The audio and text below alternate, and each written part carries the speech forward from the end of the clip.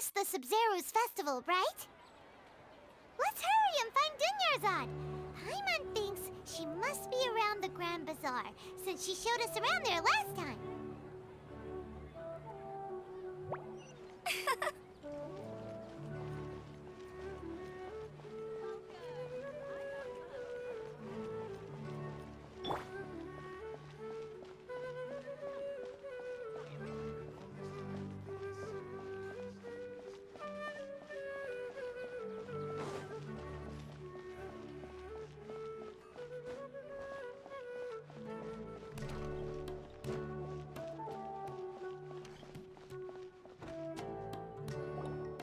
There she is!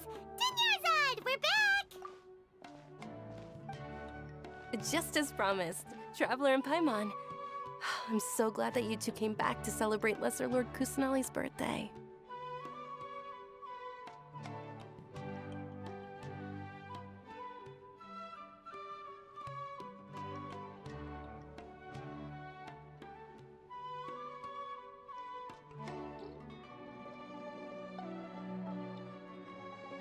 Indeed.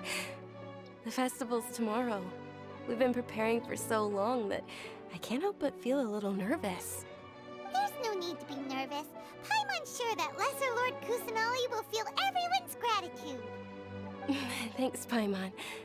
I hope that everyone who comes to the festival will also have a good time.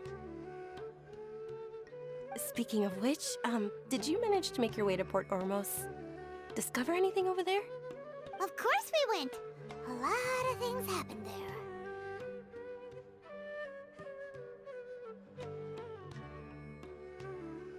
I see. Sounds like you two had another exciting adventure. If there is another chance, I would love to join. My lady, if you went to Port Ormos in your current state, we'd both be in for a lifetime of trouble. Dia! You were eavesdropping! It's called covert protection. Keeping an ear out for what's going on around my employer is part of the job. It's all right, Dia. I merely said I would like to go. I know better than to think my body could handle it. The festival's tomorrow. I've been doing nothing but causing trouble for you. So Dia, please take some time to relax. I'll be fine. Even when you put it that way, it still doesn't feel right. Don't worry, my guardian knight. Okay, fine, but only tonight. Tomorrow's a big day, and many no-good scumbags are gonna try to take advantage of that. Oh, you two must be exhausted from your long journey back to the city. My apologies for not realizing this sooner. I've already prepared a room for you to rest. Please follow me. Whoa, you're so thoughtful. Paimon's so ready.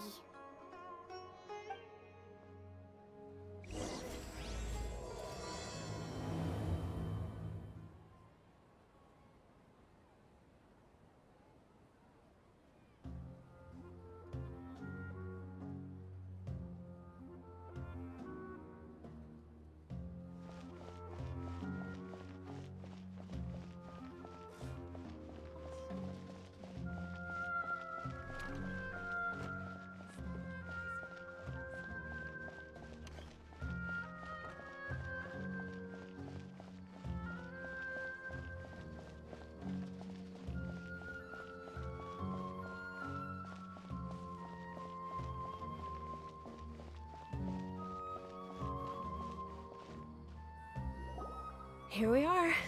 It's also fairly close to where I've been staying. It looks really nice.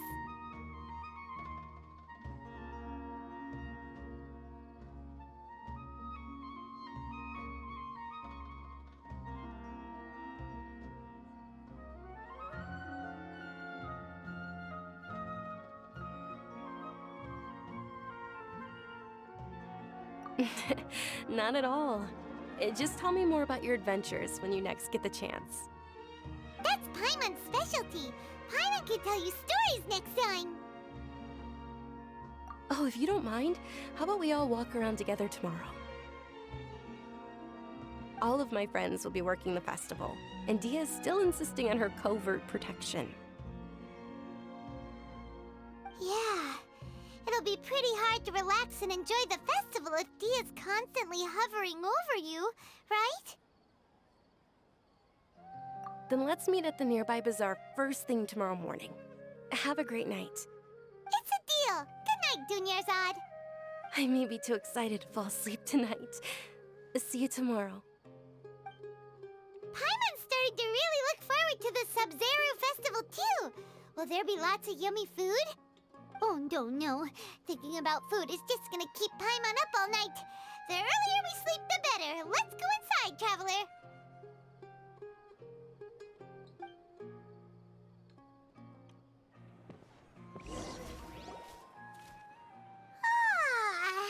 Did we oversleep? We should go meet Dunyarzad right away.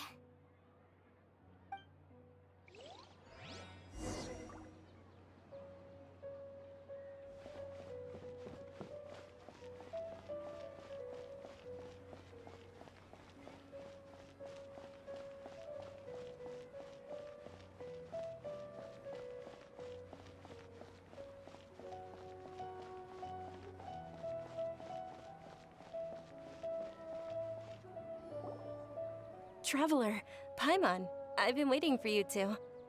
Good morning, Dunyarzad. We must have overslept a little bit. Not at all. I arrived early. Today is finally here. I must cherish every moment as if it were gold.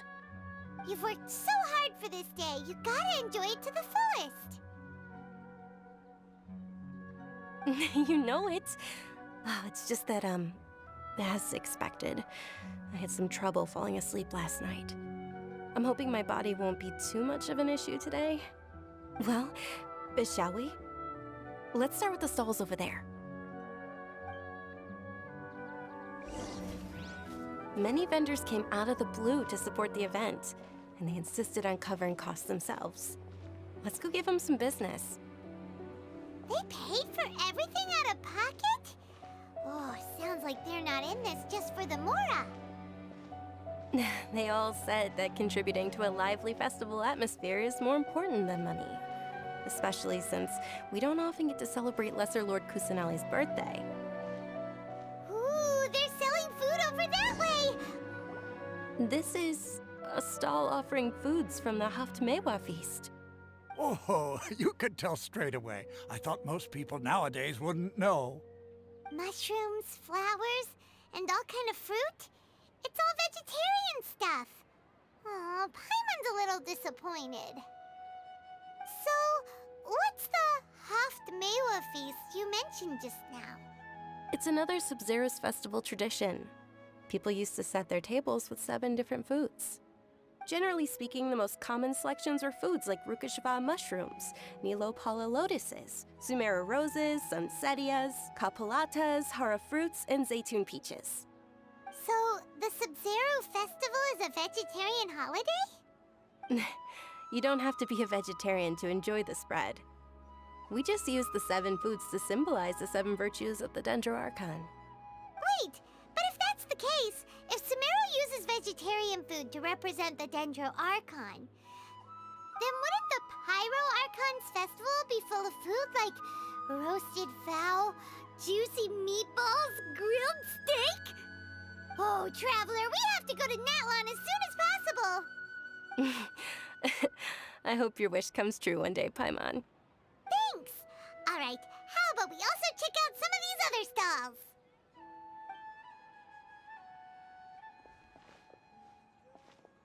Dear customers, would you like to try your hand at alchemical divination?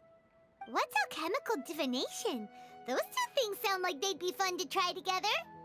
Right? I thought the same when I first heard about it. It is said to be a mysterious craft invented by none other than Lesser Lord Kusanali herself. So, how does it work? It's quite simple. After you give me any 2 alchemical reagents, I'll use them to perform a random transmutation. Sure sounds random. So random that it will probably fail. That is precisely what we need. After the transmutation fails, your one and only diviner here will interpret the remnants. Well, according to Lesser Lord Kusanali, everything is interconnected, and all that occurs can be traced back to fate. You could say this is a pearl of old wisdom. Why does everything sound so much more credible when Dunyarzad says it? Are you guys working together? So that's the true wisdom behind it. This young lady sure knows her stuff. So,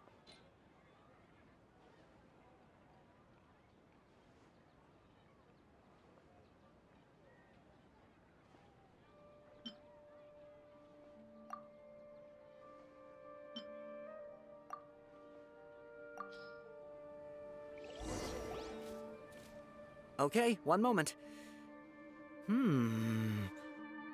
It's the moon. Paimon wants to take a look too! Is it? It looks more like a pie that Paimon bit into. Generally speaking, the moon signifies... It means... Wait a moment. Is he really looking it up in a book? Oh, I remember now. It means illusions and lies. Illusions and lies? That sounds rather ominous. Yes, but this book says that if you trust your intuition and overcome your fears, the sun will surely rise. He's not even trying to hide his book anymore. Naturally, fate will only ever show you the beginning of a journey. It is up to you to forge your own ending. Oh, thank you so much. I'll keep that in mind. Oh, it's nothing. I'm just learning as I go. Guess that was still pretty interesting. Okay, on to the next stop. They say the Sabzeruz festival was very lively a long, long time ago.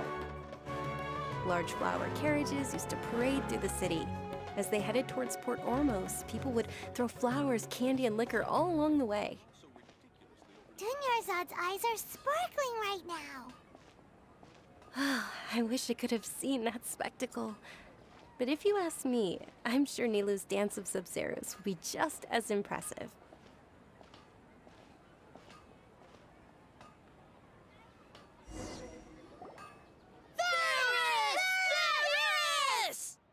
Attention! Soldiers, fall into formation if you want any Yalda candies.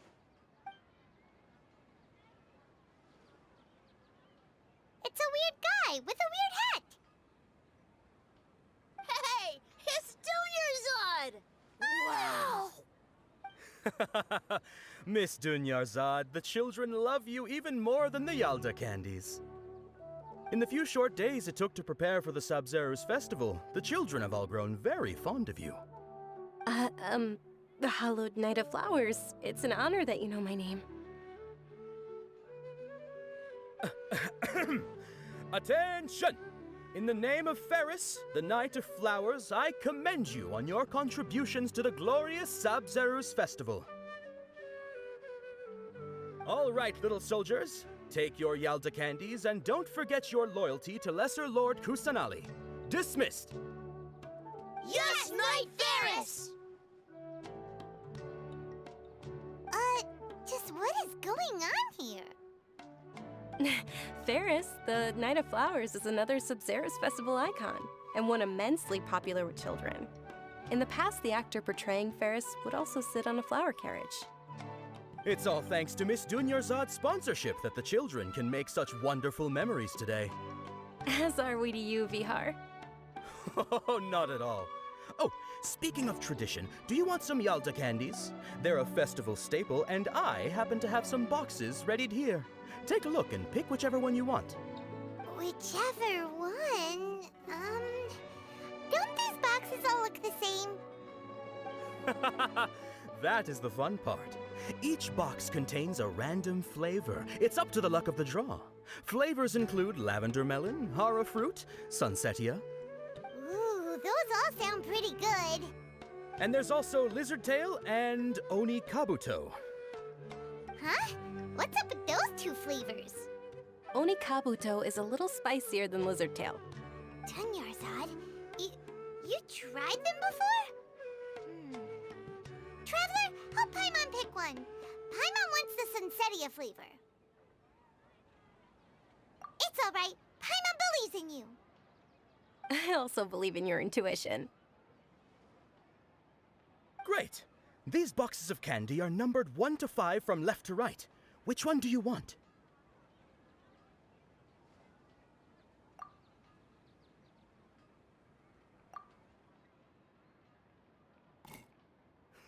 Excellent work! That is indeed Sunsetia. Paimon bet you survived so many epic battles because you had incredible luck, and Paimon was right. Attention!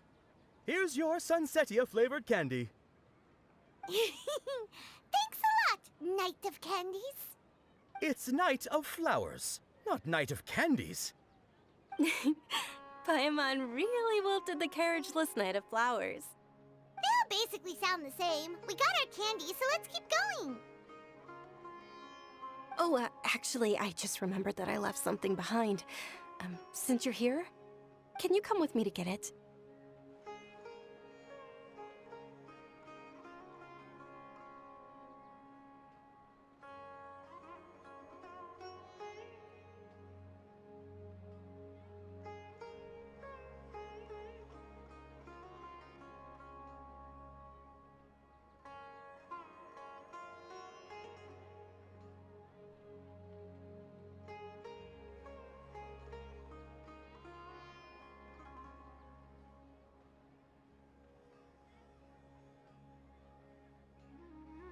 Dunyarzad, you probably forgot because you're so excited about the Sabzeruz festival.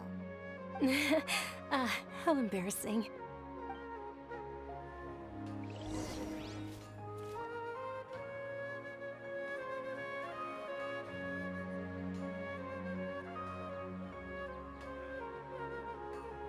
Things can't go on like this.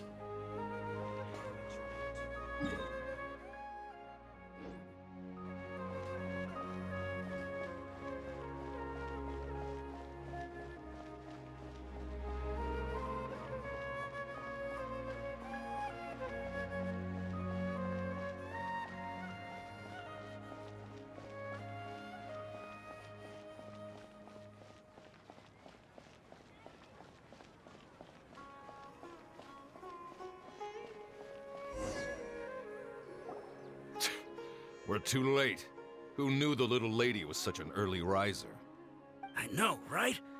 Hey, wait a minute. Boss, isn't that her? Oh, that most certainly is. We're in luck. She's walking right into our clutches. Those Eremites don't look like they're up to any good. Who are you? I don't believe the Homayanis hired you.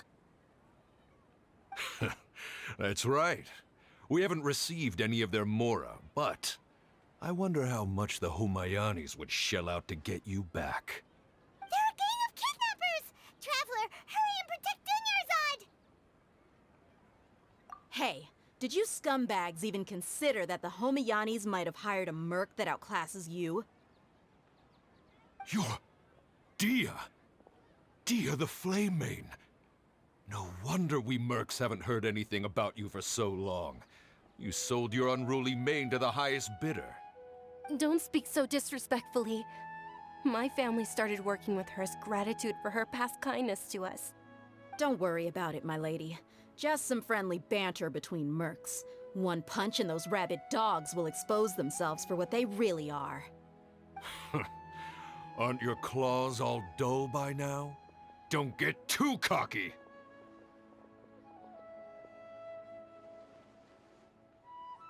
Traveler, take Miss Dunyarzad to a safe location. No, we're gonna stay and help. There's too many of them.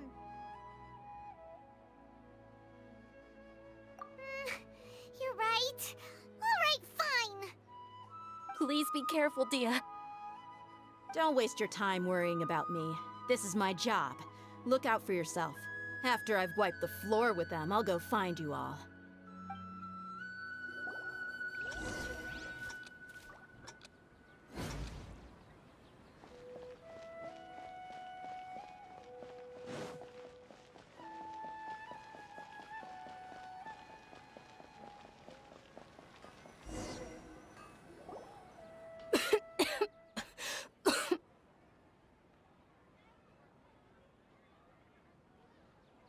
Dunyarzad. Are you okay? You look a little pale. Are you in shock? I'm fine. My body always reacts like this whenever I exert myself too much. You sure you're okay? I'll be fine after some rest. I'm more worried about Dia. After all, none of this would have happened if I hadn't insisted on coming out today. Yeah, don't worry.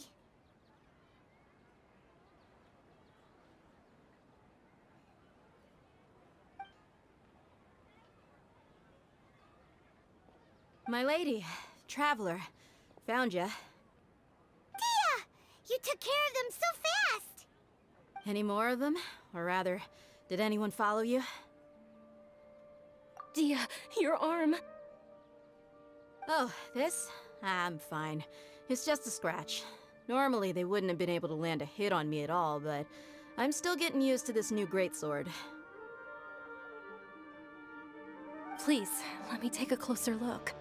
Come on, it's nothing. Us mercs aren't as fragile as you think. Hold on, you said something about a new greatsword. What happened to the one you were using before? About that. Well, I sold it, because I was low on Mora.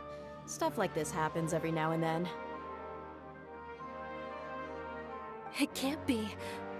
The anonymous donation that was used for the venue's final round of preparations?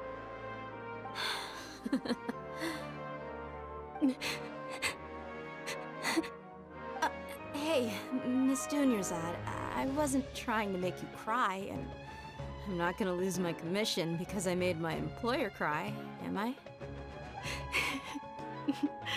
Okay, making your employer cry won't affect your commission, but selling your weapon without permission and getting hurt? I'll have to reevaluate your performance. You're so unreasonable, my lady. Thank you very much, Dia. Don't be like that. I get embarrassed really easily.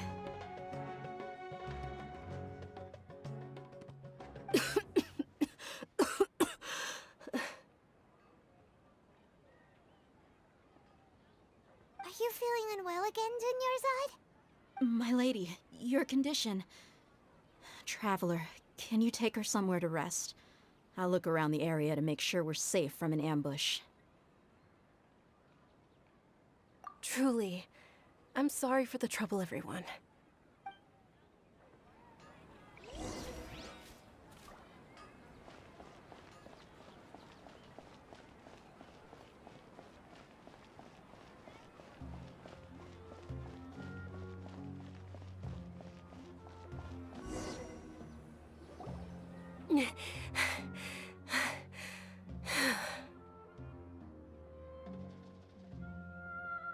Are you feeling better, Dunyarzad?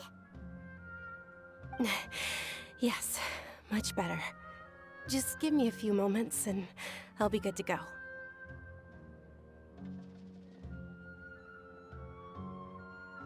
I didn't realize you were concerned about it. I guess I shouldn't continue to keep it a secret. I was actually born with Elazar. It's terminal now. Can't believe it's Elazar. Oh, you've already heard of Elazar. In that case, you probably know about its severity. Sumeru's current medical advancements still haven't been able to find a cure. The disease's progression can only be delayed through environmental therapy. Dunyarzad. There's no need to be sad. I've always lived with Elazar and I came to terms with it a long time ago. Compared to the simple fact that I'm afflicted with this, its effects on my life have been much more painful. I know that my family loves me dearly. They've done all they can to provide the best environment for me so that I can live for that much longer. However, I know I will one day succumb to this. Did you know? Before I ran away from home this time, the world outside of my home didn't even know that I existed. Since I was a child, all I could do was sit on my bed and stare at everything outside of my window. I'm sure my family's worried and disappointed in me for running away, but I just didn't want to have any regrets. I wanted to meet other people. To me, there's nothing more beautiful than being able to meet and speak with others. Not to mention the incredible time spent preparing for the festival. The joy on everyone's faces here, and all the support I've received from friends like Dia. This way, when my final day does arrive, it will be less sorrowful. At the very least, many people will remember that I once existed in this world, right? As long as you don't forget Paimon, Paimon also won't forget about you. No, even if you forget Paimon, Paimon will still remember you. Thank you two so much. I apologize for the depressing conversation. This is out of character for me. To be honest, Lesser Lord Kusanali gave me the courage to do all of this. If it weren't for her encouragement, I wouldn't have taken that first step. Thanks. There will always be frustrations in life, but I know that the point of living is not to leave behind any regrets.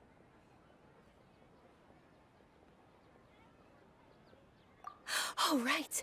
Isn't it almost time? Huh? Almost time for what? Isn't the dance of Sabzeruz about to begin? It's the part of the festival that I've been looking forward to the most. Nilou will recreate that legendary scene with her most splendid dancing. And the Sabzeruz festival will conclude amid everyone's applause and blessings. And with that, my wish will also... Then what are we waiting for? Let's go to the stage! Yeah, we should still make it in time.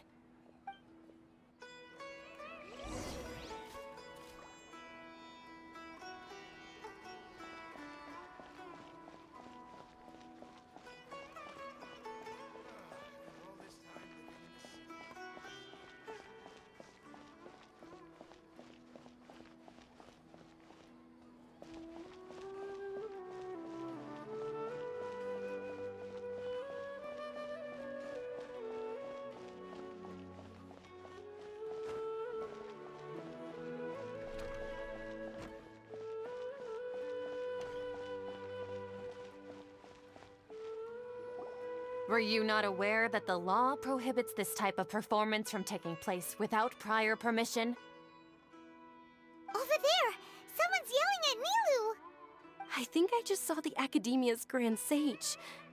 Why is he here in person? But the Dance of Sabzeruz is one of the key parts of the Sabzeruz Festival. If we can't perform it... The Sabzeruz Festival.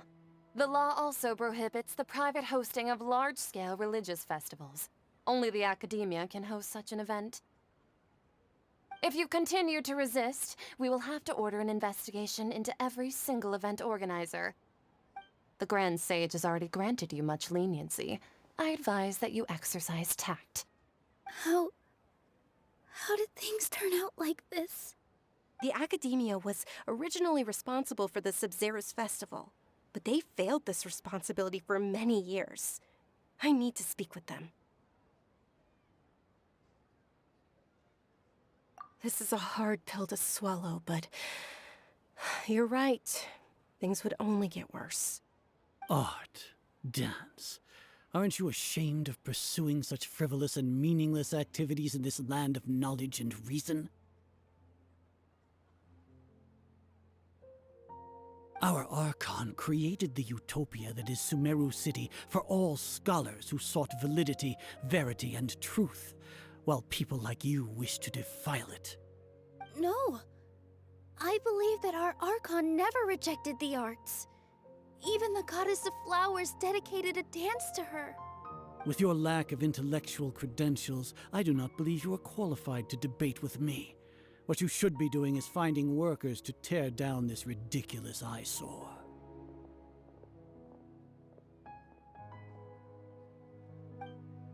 When we return, have the scribe draft an ordinance before the next Nyagarbaha Day that prohibits public art performances. We will announce it to the public later via the Akasha. Understood. I will inform him when I return.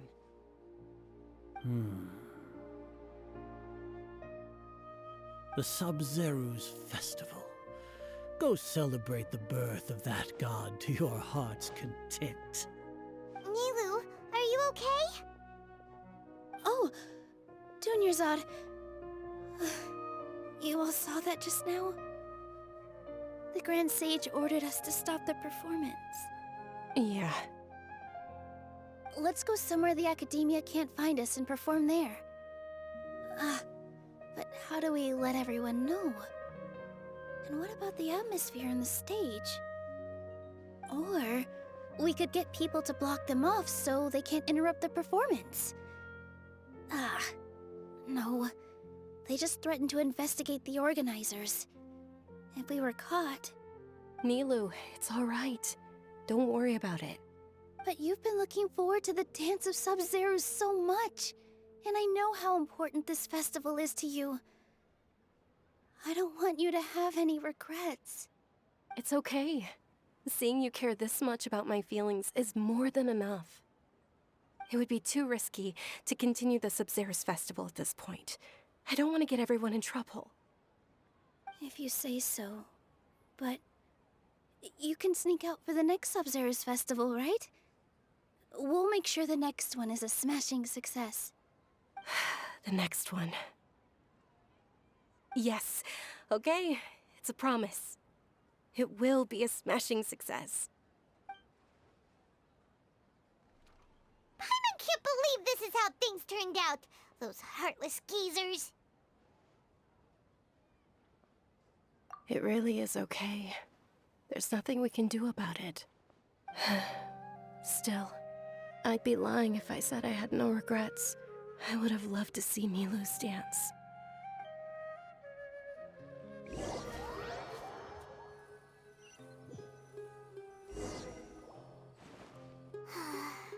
A lot happened today. It's a shame the festival ended the way it did. Nilu and Dunyarzad promised to make the next Sabzeruz festival a success, but Dunyarzad is running out of time. Yeah.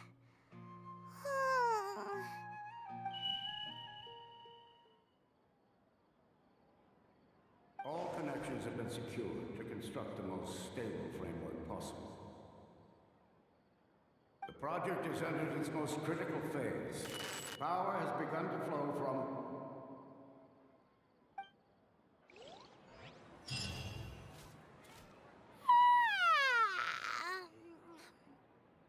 Oh, we're gonna be late! It's all because you wouldn't get out of bed! We should go meet Dunyarzad right away!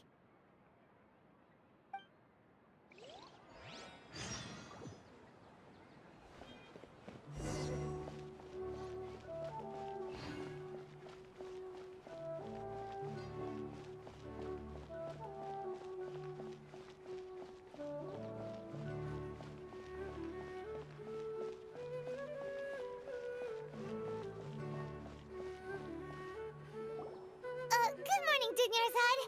Sorry we're late. Not at all. I arrived early. You seem kinda tired. Did you not get enough sleep? I'm doing well. There's no need to worry. Shall we go? Let's start with the stalls over there. Sure! Traveler? Why are you just standing there? Let's get going!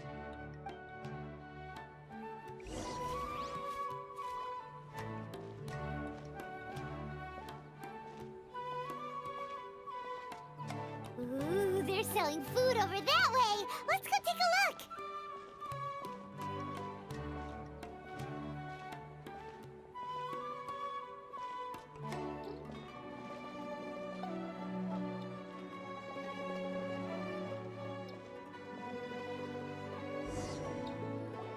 This is a stall offering foods from the Haftmewa feast.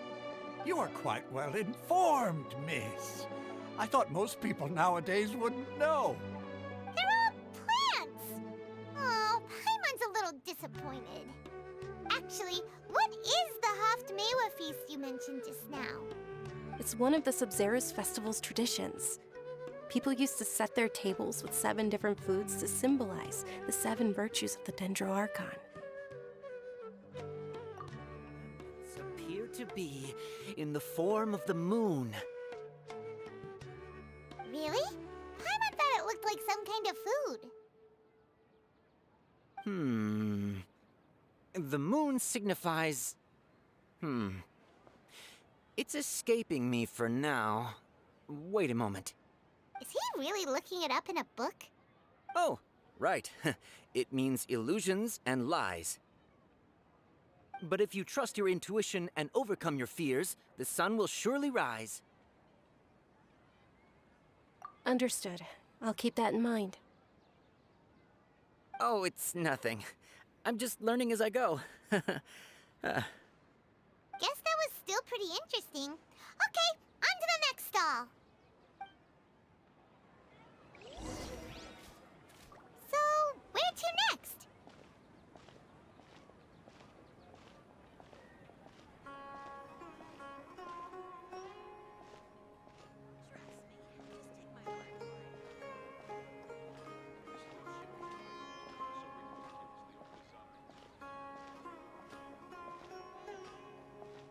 Things can't go on like this.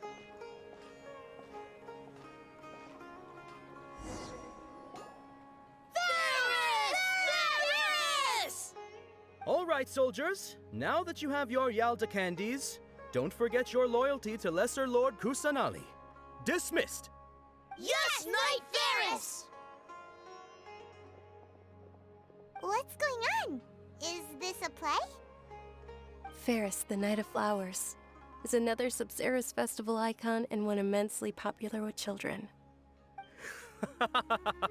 It's all thanks to Miss Dunyarzad's sponsorship that the children can meet the Knight of Flowers. Oh, do you want some Yalda candies? I happen to have some boxes readied here. Take a look and pick whichever one you want. What's to pick? Don't these boxes all look the same? It's not that simple. Each box contains a random flavor. It's up to the luck of the draw. Flavors include lavender melon, hara fruit, sunsetia. Ooh, how interesting! And there's also lizard tail and oni kabuto. Ugh, why do those flavors even exist? Traveler, help Paimon pick one. Paimon wants to eat the sunsetia flavor. Great! These boxes of candy are numbered 1 to 5 from left to right. Which one do you want?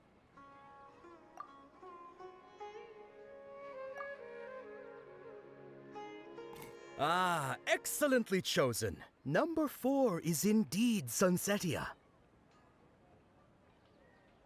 Ha-ha! Paimon bet you had incredible luck, and Paimon was right!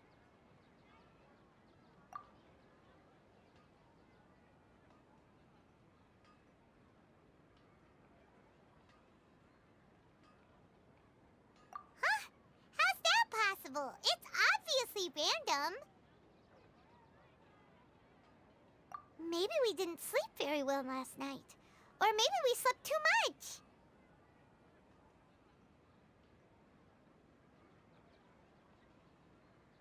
Oh, sure. Huh? Where are you going? You're just gonna walk off like that?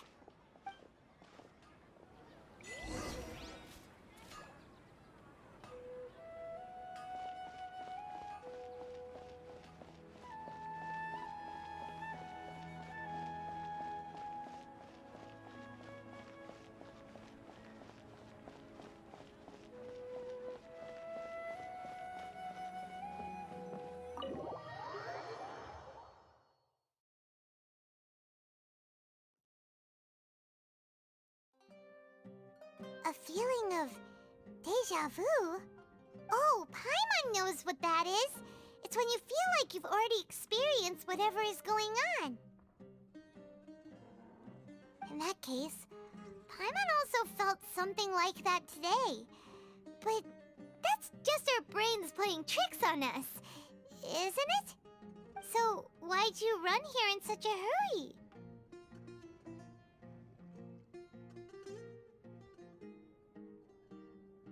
So that's it! You're intentionally doing things you usually wouldn't and seeing if you still get that same feeling of déjà vu. Welcome, you two. Are you here for lunch? What would you like to eat? Got it. You don't look like you're from these parts, but I gotta say, you've got good taste. I'll give this order to the kitchen. Coconut charcoal cake? Isn't it that burnt thing that didn't look tasty at all? Oh, Paimon understands what you're trying to do now. You'd never normally order something like this.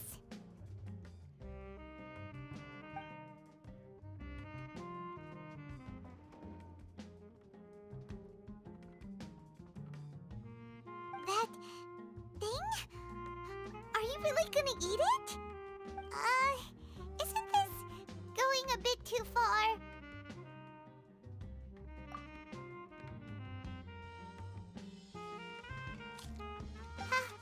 How was it? The look on your face is telling Paimon that it tasted awful. Then, you mean... That's impossible! We were just talking about how gross it looked! So, would this be a case of taste bud déjà vu?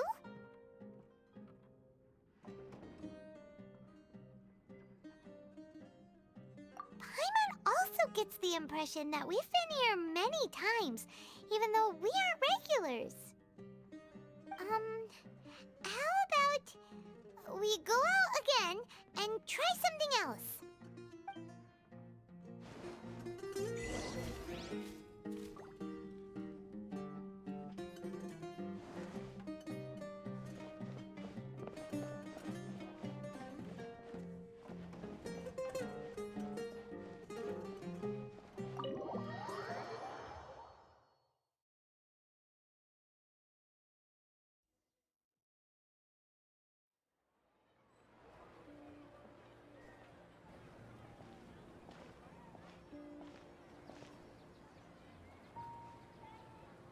Hey, Dunyarzad is sitting by herself on that bench over there.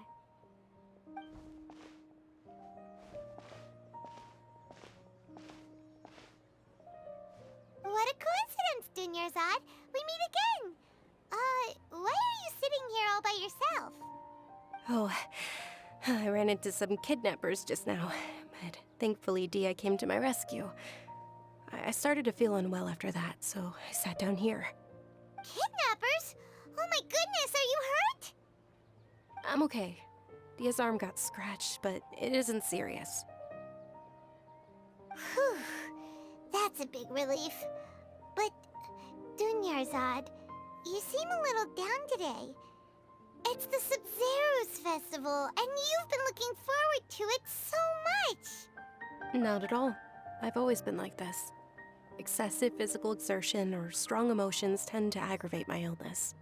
Besides, no matter how amazing today may be, it is but a single day.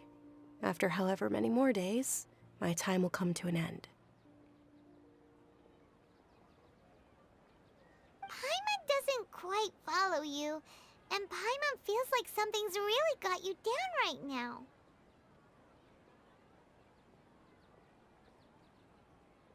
It really is fine. I don't mind.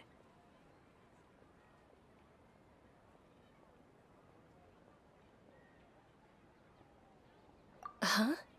Did something happen? Dunyarzad, have you ever felt déjà vu? You know, like when you've already experienced something that's happening right now? Déjà vu? No. But my days have been the same for years now. Even if I were feeling déjà vu, I suppose I would already be used to it. Oh, Paimon sees. Then, is it only the two of us? It's almost time. Huh? Time for what? Nilou's Dance of Sabzeruz is about to begin. Let's go.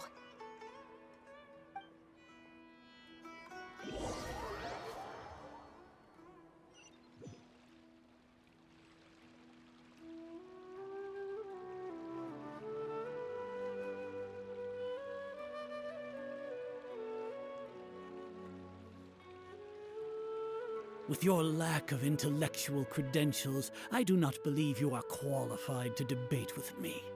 What you should be doing is finding workers to tear down this ridiculous eyesore. When we return, have the scribe draft an ordinance before the next Nyagarbaha Day that prohibits public art performances. We will publicly announce it later through the Akasha. Understood. I will inform him when I return. The Sabzeruz festival. Go celebrate the birth of that god to your heart's content.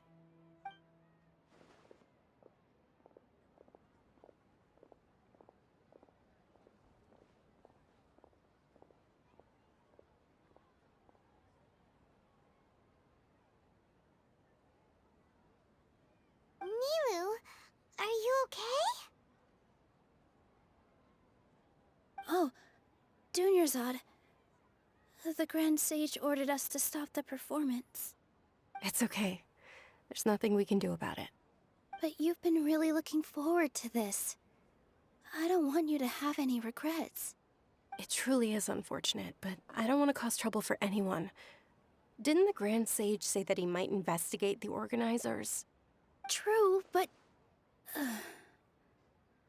well, okay. I'll just have to try again next year. The next festival. I probably won't be around by then. Wait, what did you just say? No, nothing. I'll be heading back to rest. Thank you for your help, everyone. Paimon can't believe what those heartless geezers did!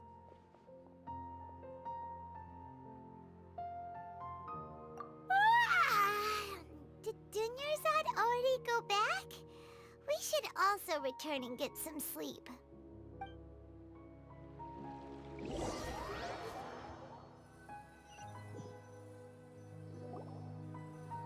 So, in the end, you still couldn't figure out what that deja vu feeling was all about?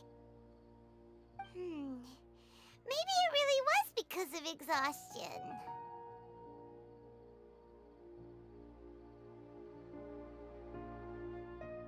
Same here.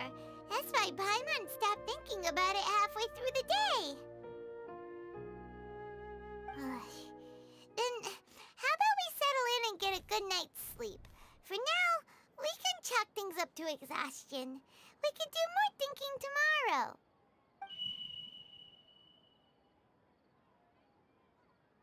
Observing a modest drop in the output of jnana energy, but values still remain within normal parameters. Continue to monitor for variances in the data and find the cause as soon as possible.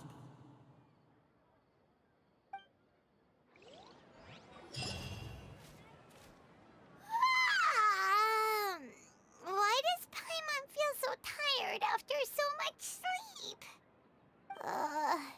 Anyway, we should go meet Dunyarzad right away.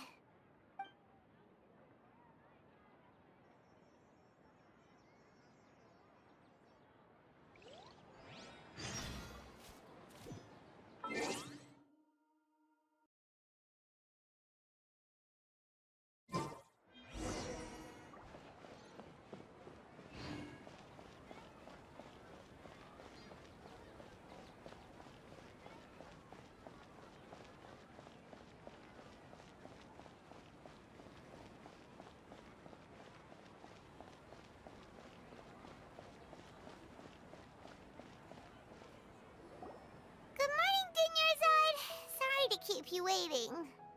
Not at all. I arrived early. Huh? Paimon thinks you sound kinda tired. Did you not get enough sleep? I'm doing well.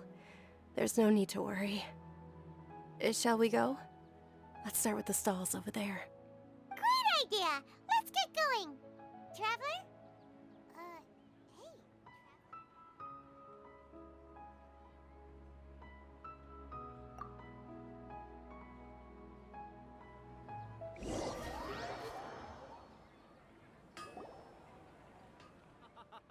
It's all thanks to Miss Dunyarzad's sponsorship that the children can enjoy the Sabzeruz festival.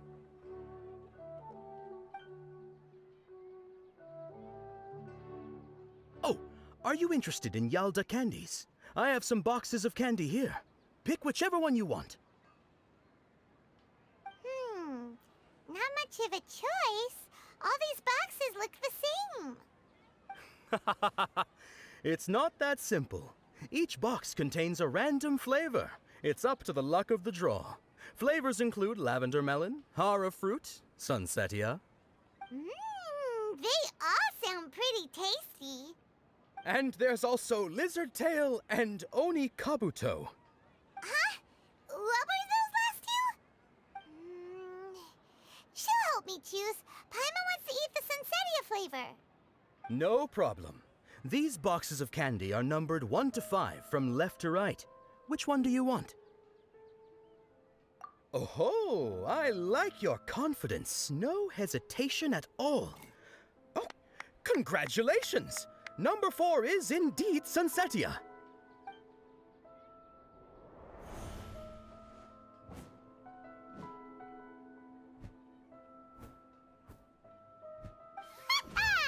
Paimon knew she always had incredible luck.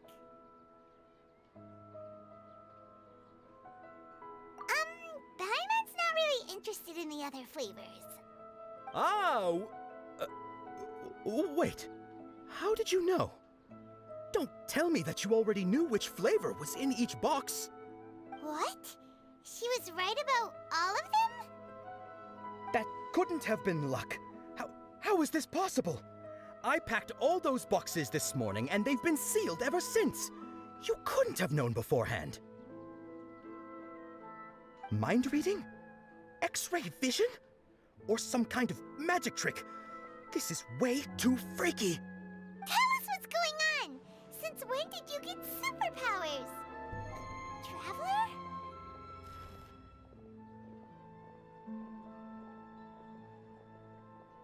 Hey, where are you going?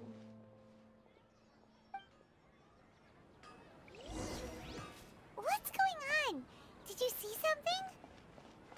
Us leaving Dunyarzad without letting her know is kinda rude, you know.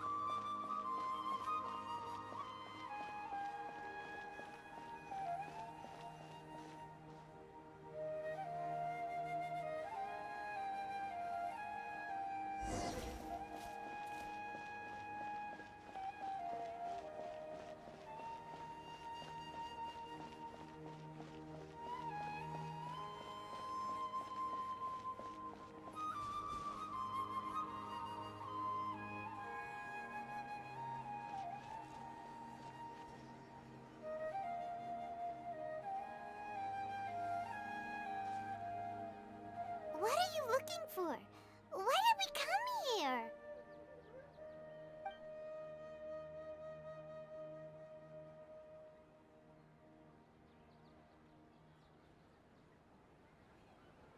Traveler?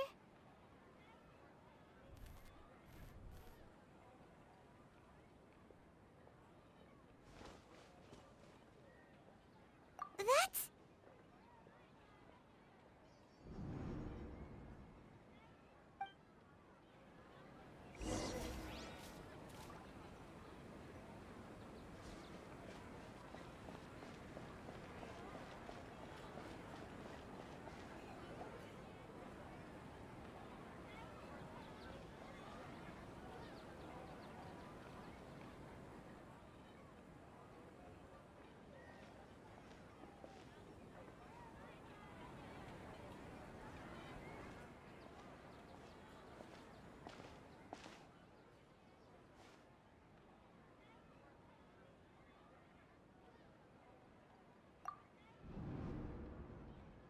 Look!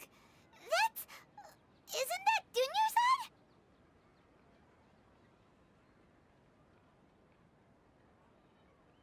What's happening here? Why are there 2 Dunyarzads? You already know that this isn't your first Sabzeruz festival, don't you?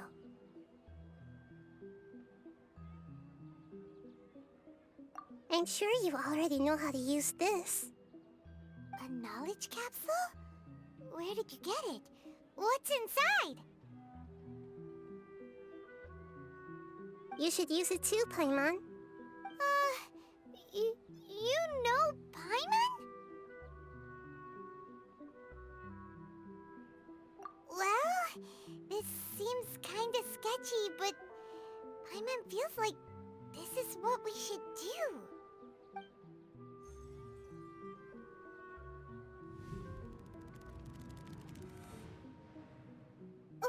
What the?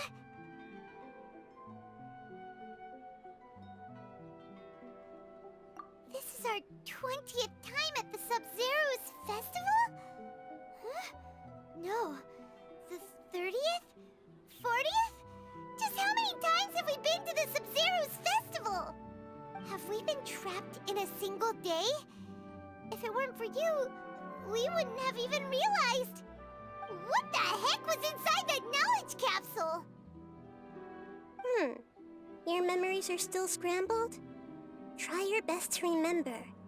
This isn't the first time we've met, and I answered that question a long time ago. Let Paimon think. Oh, it's coming back. Meeting you was the real catalyst for restoring our memories, and the knowledge capsule was just your means of showing our minds the way. What about everyone else? Why are you only helping the two of us? Your sense of déjà vu is stronger than everyone else's, yes? As for an explanation, you two received the blessing of Dendro, and you also have special, sensitive constitutions. It was as if a single sheet of paper was separating those memories from your consciousness.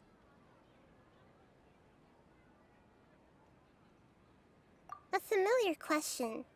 I think this is the 7th time you asked that. As you can see, she isn't doing well. You probably sensed it too. The Dunyarzad you were just with is different from the first Dunyarzad you met. That first Dunyarzad is in front of you right now, and she doesn't have a lot of time left.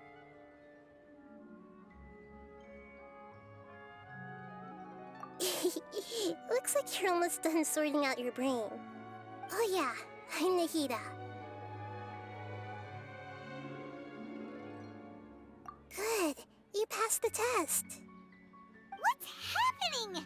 You can awaken our memories, and you seem like you know what's going on. Oh, wait, please don't tell Paimon even you don't know. Everything in this world runs in a loop. This cycle is called a Samsara. You, me, and everyone else are all stuck inside a one-day Samsara.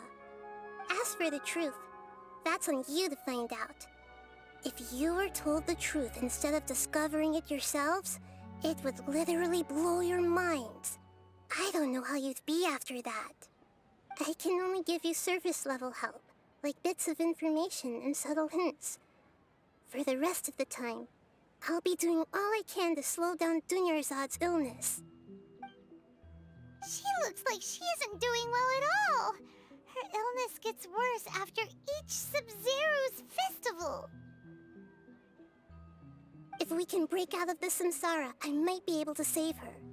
But as things are right now, she's just a small bird in the sky that's about to lose its last feathers. All I can do is raise a gale to delay her fall. You sure love to use weird analogies. Analogies are wonderful tools. They let you use existing knowledge to understand unfamiliar things. Okay, so, with what you know so far, what do you think the truth is?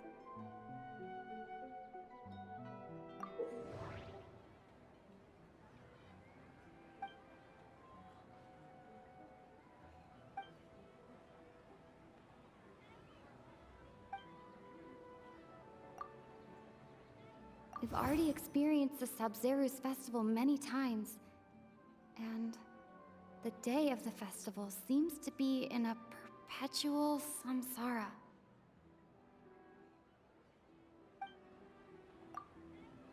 Grand Sage said, go celebrate the birth of that god to your heart's content.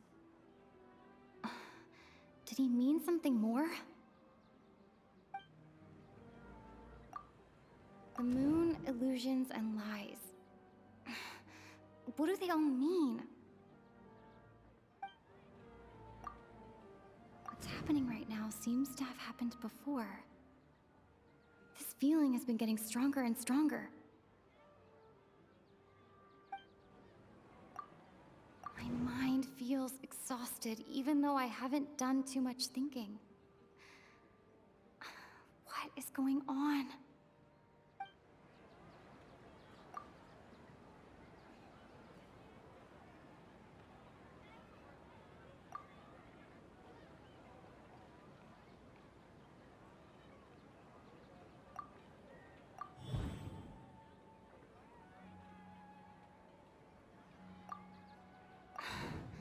That should be it. The flow of time is endlessly cycling within one single day.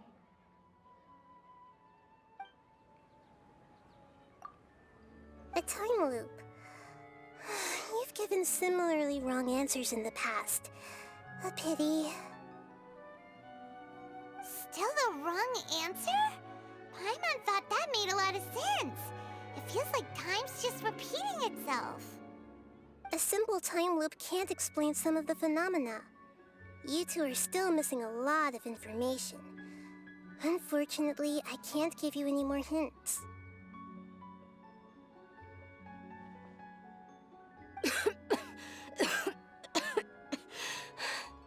Dunyarzad. The Sabzeruz festival is happening every day, but that doesn't mean we can waste an infinite amount of them. Hurry and find the truth before today's festival ends.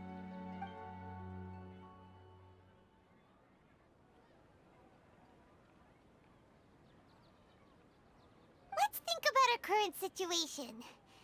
To save Dunyarzad, we have to escape the Samsara of the Sabzeruz festival. And to do that, we need to figure out what's happening. The truth. Nahida rejected the idea of a time loop, so we must have missed something, right? Paimon's memories say that we've already done this many times, but let's go talk to people again. It's more productive than sitting here and scratching our heads. Why don't we start with those stall owners?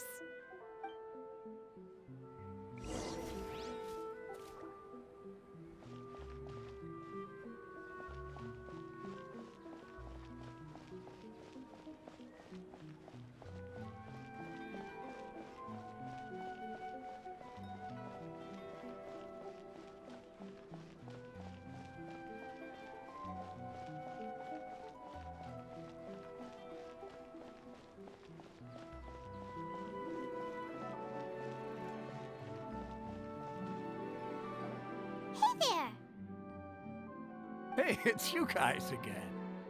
Where's your cultured friend? She's feeling a little unwell. I see. Did you come back to buy something? I guarantee the freshness of my products. I harvested them from the forest just yesterday. Huh? What brought this about? I hurried back from the forest yesterday, and I'm selling produce here today. I haven't felt anything strange. To put it another way, if you really think about it, was yesterday truly yesterday? Did you actually come back from the forest yesterday? What kind of philosophical nonsense is this? Are you two daydreaming? Didn't you know that no one dreams in Sumeru? Go somewhere else if you want to find someone to daydream with.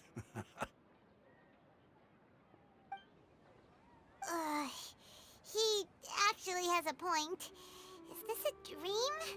Is everyone dreaming?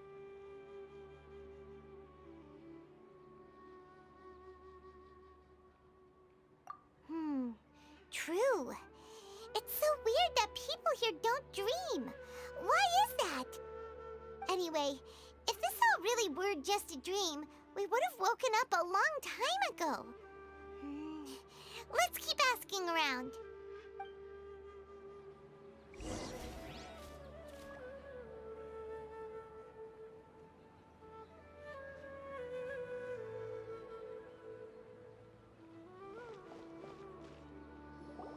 Oh, it's you two. Was my divination so accurate that you felt compelled to compliment me in person? Ooh, I knew it! I told you, the god's divination is highly accurate. You just hadn't fully understood its significance yet. You're really excited about this, huh? That's exactly why we came back. Help us better understand it. Help you better understand it? Well, that isn't exactly what I excel at. So, you're admitting that you don't have a clue? Anyway, what kind of situation did you get into?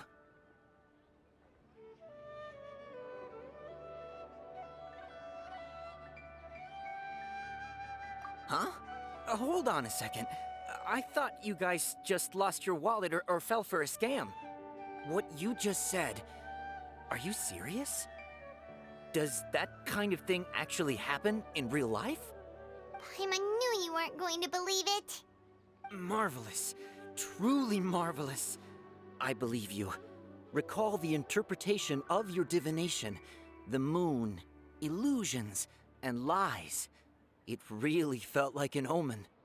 When you say it like that, the divination does sound like it's related to what's going on. Can you read any more into it? I believe that the Archon's revelations are never more than vague hints. Anything more specific is beyond the reach of mere mortals. The book only says, if you trust your instincts and overcome your fears, the sun will surely rise. So that's how it is. Looks like fortune-telling is just fortune-telling. It's no good for practical problems. We haven't made any progress. Who else can we talk to? Paimon remembers that we tried talking to her a couple of times, but she always thinks we're playing pranks on her. You think she'll brush us off again?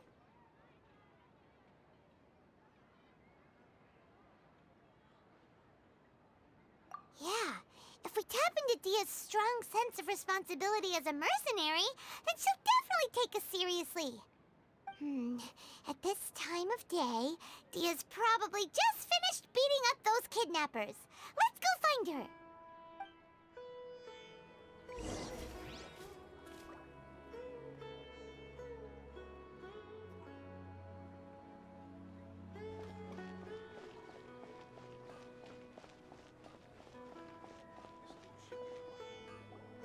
I'm fine, my lady. It's just a scratch. Perfect timing. Both of you are here. Paimon, Traveler, you came at just the right time. Listen, there was a dangerous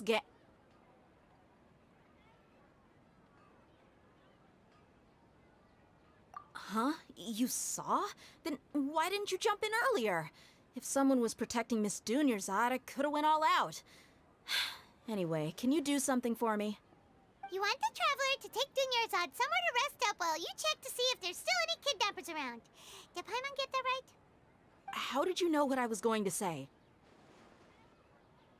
We need to say something convincing.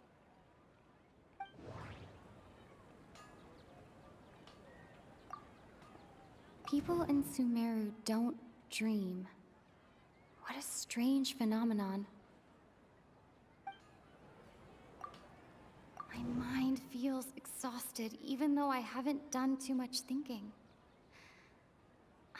What is going on? The moon, illusions, and lies. What do they all mean?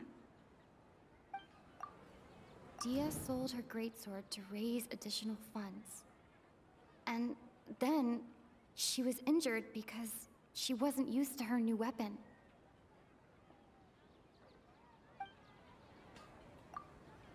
Tell her, Traveler!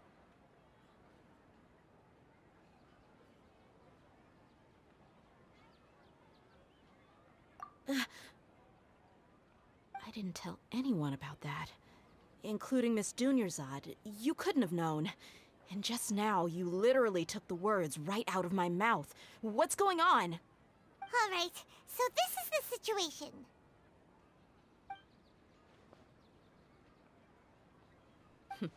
It's kinda hard to believe what you just told me. First, let me make something clear.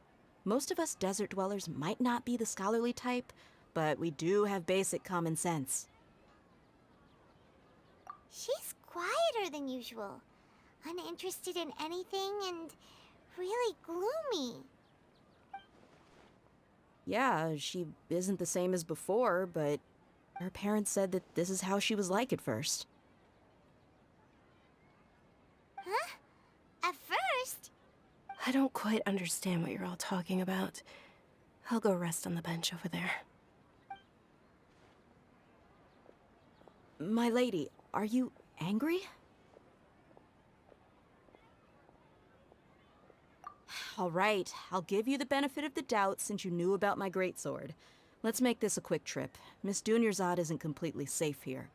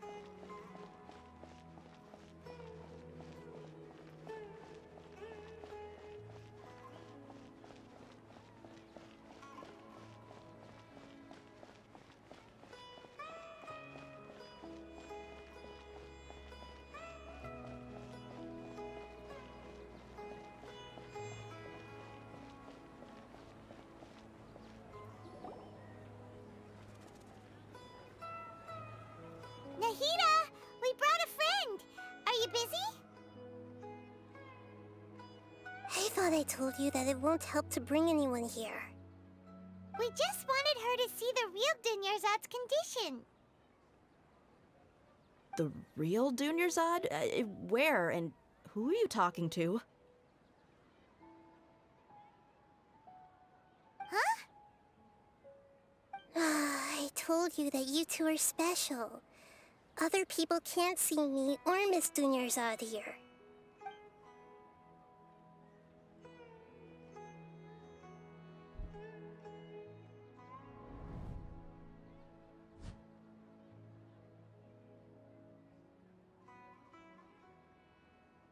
Hold on. Over there.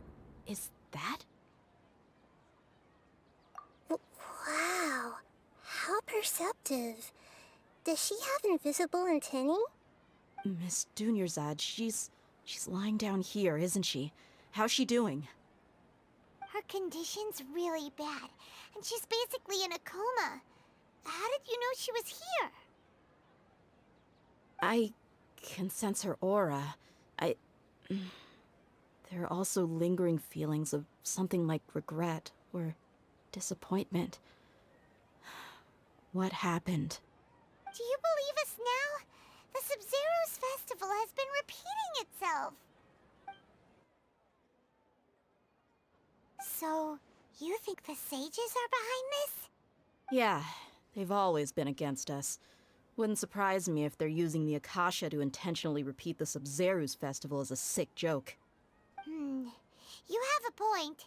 Aside from the Dendro Archon, the Academia's sages are the only ones in Sumeru who could pull off something like this. Maybe there's more to the Akasha than we know. Right! Didn't you awaken our memories using something that looked like a knowledge capsule? That means you must know something about the Akasha! The Akasha relies on the power of a gnosis to operate, as it is the manifestation of the God of Wisdom's power. It compiles the wisdom of the entire populace, and it grants knowledge to the people. A gnosis could do that? No wonder the Akasha is so magical. It's being powered by the gnosis of Sumeru's Archon. So, this Nahida you mentioned. What did she say? She said, and Paimon quotes, "The Akasha relies on the power of a gnosis to operate, as it is the manifestation of the God of Wisdom's power. It compiles the wisdom of the entire populace and it grants knowledge to the people." Compiles the wisdom of the entire populace and grants knowledge to the people. Wait. I get the grants knowledge part. That's what people have always used the Akasha for. But compiling the entire populace's wisdom? How does that work? Did she mean that the sages enter new knowledge into the Akasha? Oh, yeah. That sounds about right. What do you think?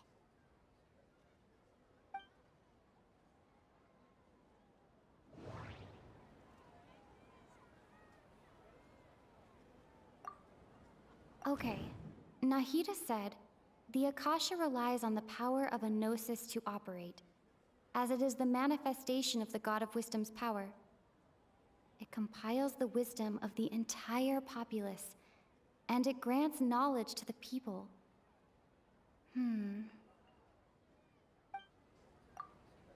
People in Sumeru don't dream. What a strange phenomenon.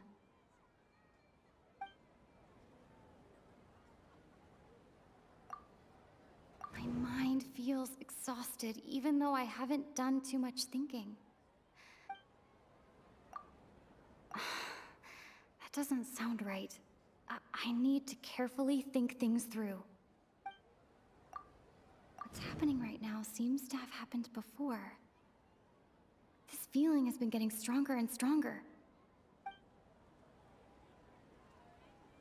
That doesn't sound right. You mean the Akasha is causing our mental fatigue? Huh. Now that I think about it, my head's been feeling unusually heavy. When the desert dwellers set off on their quest for knowledge, a sage once said, "Knowledge always comes at a price." Compiling the entire country's knowledge. You think the Akasha pulled a 180 and is extracting information from us? Who knows? The Akasha can put knowledge into our heads, so who's to say that it can't also poke around in there? We don't know any specifics. What's the point of doing something like that? Just think about it. If you could combine the knowledge of every single person in Sumeru, then you can basically turn Sumeru City into a single massive brain. This hive mind could make breakthroughs in problems that even the smartest geniuses can't crack. An excellent deduction. And the analogy comparing Sumeru City to a massive brain? I love it. In that case, we should take off our Akasha terminals right away. Maybe that'll solve this problem. Yeah, I was only wearing this for show in the first place. Didn't expect the sages to cook up such a conspiracy. Mark my words, when this is over, I'm getting evidence and exposing this whole thing to the public. How does everyone feel? Huh? What is it? Oh, that! Paimon knows what you're talking about. It's a single soft beep that sounds like it's coming from the Akasha terminal. The sound of a beep. Could it be a prompt tone for when the Akasha is operating?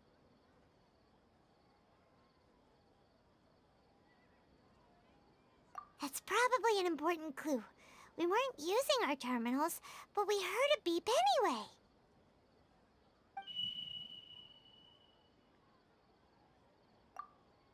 Traveler, did you hear that? I heard it too. Our ears aren't messing with us. There was definitely a beep, but it sounded like it was coming from inside my head. We took off our Akasha terminals.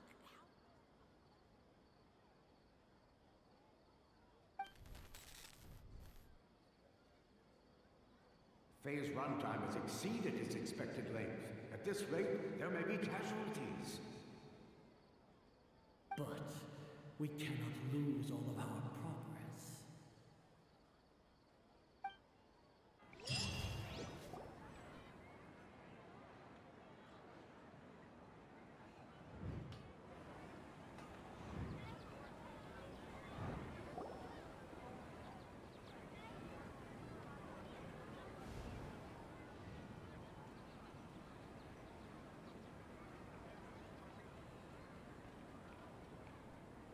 Paimon remembers everything!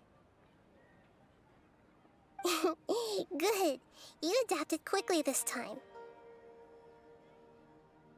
We definitely took off our Akasha terminals last night, but we still heard that beep.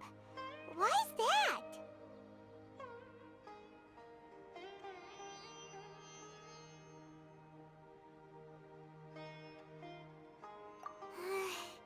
But now we can at least confirm one thing. The Akasha definitely has something to do with whatever's trapping us in this cycle. Oh, Paimon doesn't get it. Why would the Akasha go this far if all it wants is everybody's wisdom? It's extremely difficult for lab rats in an experiment to understand why they're being treated the way they are. If we're lab rats, then what are you? Nahida, you've never told us anything about yourself. I guess I'm the moon. The moon? Wasn't that the result of our divination? Anyway, knowing who I am won't help you get closer to the truth, so you should focus on other things. Don't get distracted and miss any clues. Okay then. Dia helped us a lot yesterday, so let's go find her. If Paimon's reading the time correctly, those kidnappers should be showing up soon.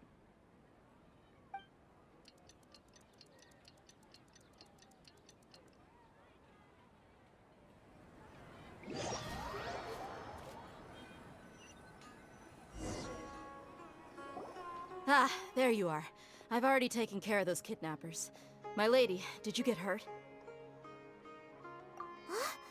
Dia? What's wrong? Why are you both gawking at me like that? You didn't get hurt this time. Huh? What do you mean this time? Why are you so surprised that I managed to get out unscathed? Those kids were amateurs.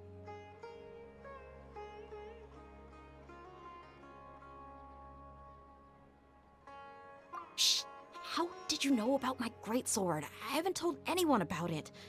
Please, don't tell Miss Dunyarzad. So Dia's lost her memories after all. Anything strange? You already know that I got a new greatsword. If I had to say something, it's weird how such a new weapon could feel so familiar.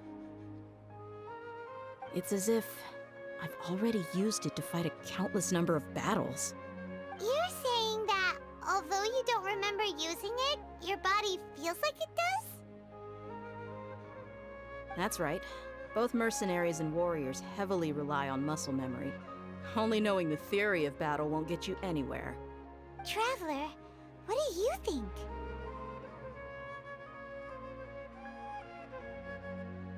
Yeah, Paimon's feeling really hopeful. Oh, you're right! Earlier in the Samsara, something like this would have never happened.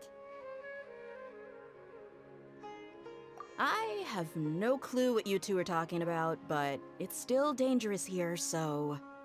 So you want us to take Dunyarzad somewhere else to rest while you check if there are still more kidnappers around, right?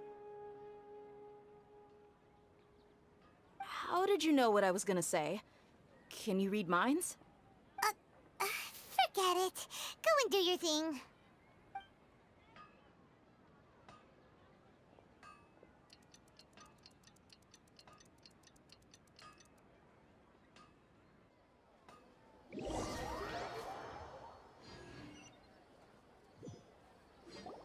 Whew.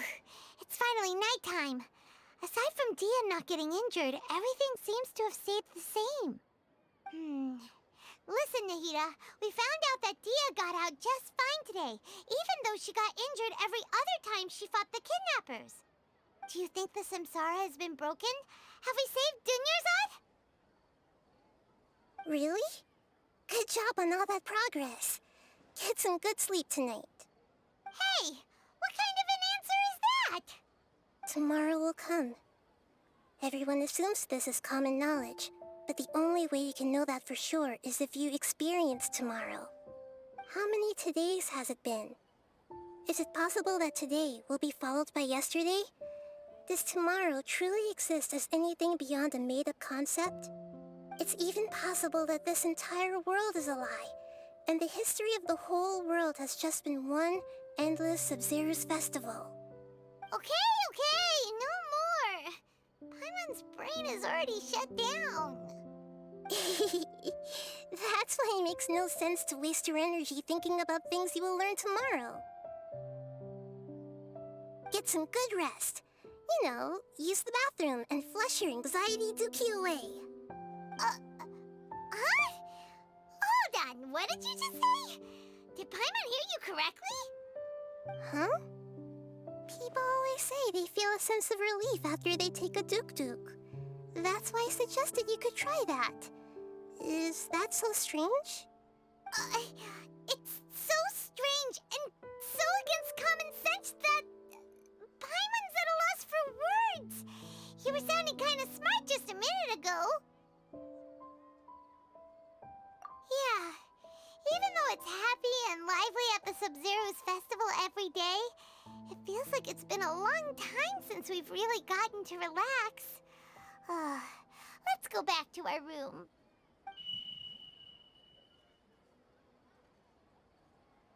Continue the harvest.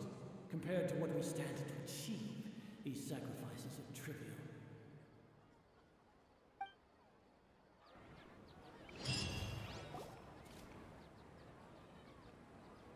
We're still in the same day! Nahida, you already knew last night that we didn't break out of the Samsara? Why did you tell us? Would there have been a point? You would have spent the night with new worries, with tomorrow still out of reach. In that case, you might as well rest within that brief moment of hope. An opportunity like that doesn't come by often, and I thought it might help you clear your minds. Paimon thought the Duke did that! Whatever. Guess you were looking out for us after all. Of course. In the time we've been together, you two have been everything to me. Paimon's flattered and everything, but maybe you're taking things a little fast. What I mean is, even though I had asked you to solve this puzzle, you two are still the only ones who can see me and sense my presence. In other words, if you weren't here, I may as well not exist. That's why you two have been everything to me. Get it? Nahida's talking about confusing stuff again. Anyway, that's enough chit-chat. So, Traveler, did the new clues yesterday help you gain a new understanding of the situation? Huh? Why are you scrapping your previous theory?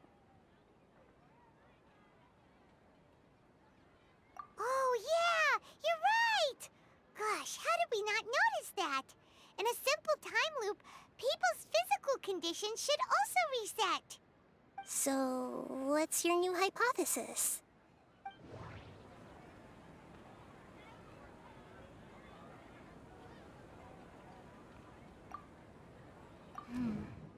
The beep is a prompt tone for Akasha operations. We still hear it every night, even though we removed our Akasha terminals. Mercenaries rely heavily on muscle memory. And Dia was able to use her experiences to avoid injury in later Samsara cycles.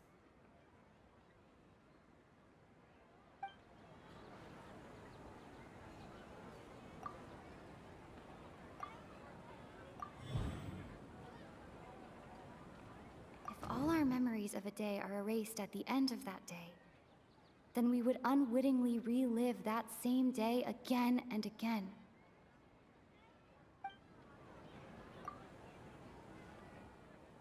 Oh!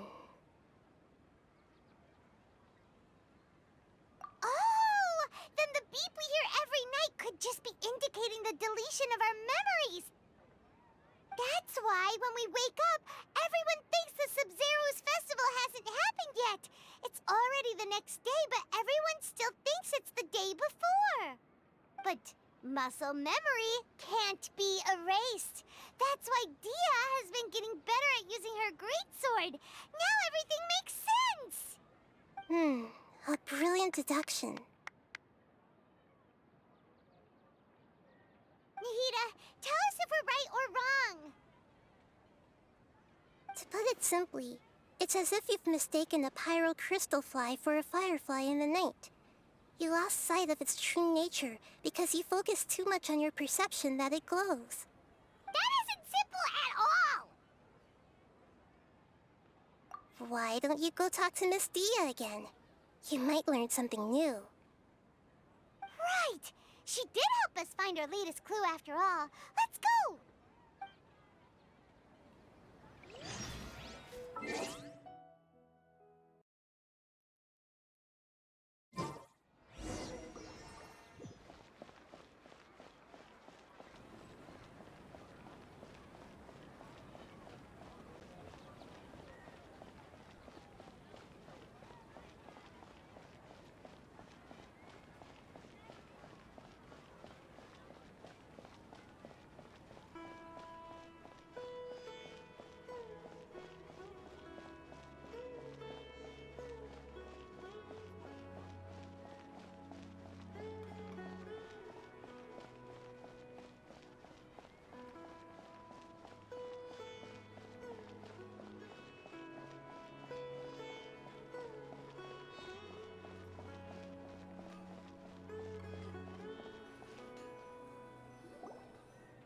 There you are.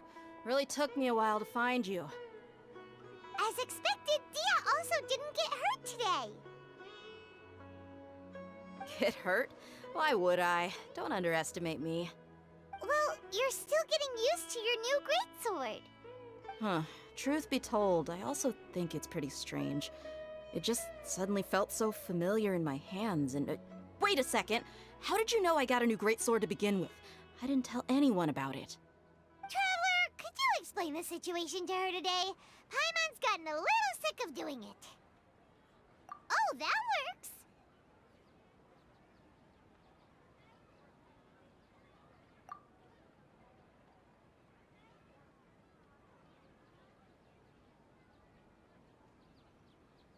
What happened to you guys while I was gone? Did you get brainwashed by some cult? Don't think too hard about it. Just take what we're saying at face value. All right then, let me get this straight. You're telling me that my body's already gotten used to this greatsword, but my brain just doesn't remember it? Yes, your memory's being erased every day. Then I'd have to disagree. That's impossible. Oh? Why do you think that? If we've actually been reliving the Sabzeruz festival day after day, then what happened to the things we used, the money we spent, the food we ate? Common sense says my wallet should have emptied itself a long time ago. There's no way I wouldn't have noticed that.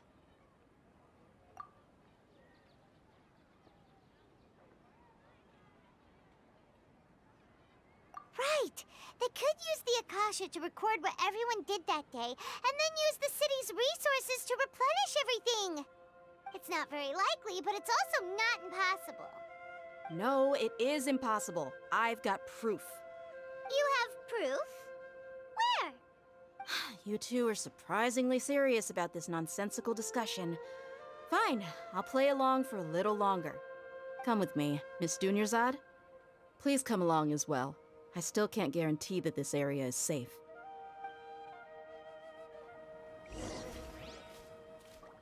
Paimon can't believe it's Dia who wants to show us something this time.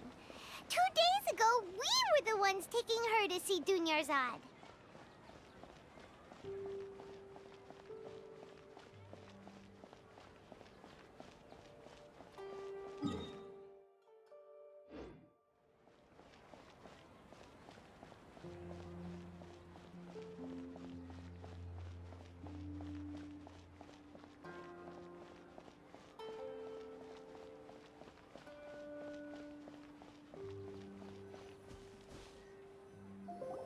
This is it. Huh? This is a wooden training dummy. What about it? See those marks on the dummy? Those are the result of several days' worth of practice. Let's say the sages didn't replace it every day. Shouldn't it be hacked to pieces by now? That's true, but what if they did? Then the sages would have had to reproduce every mark I left during previous training sessions. I'm a professional fighter. My martial school has always emphasized the importance of refined control.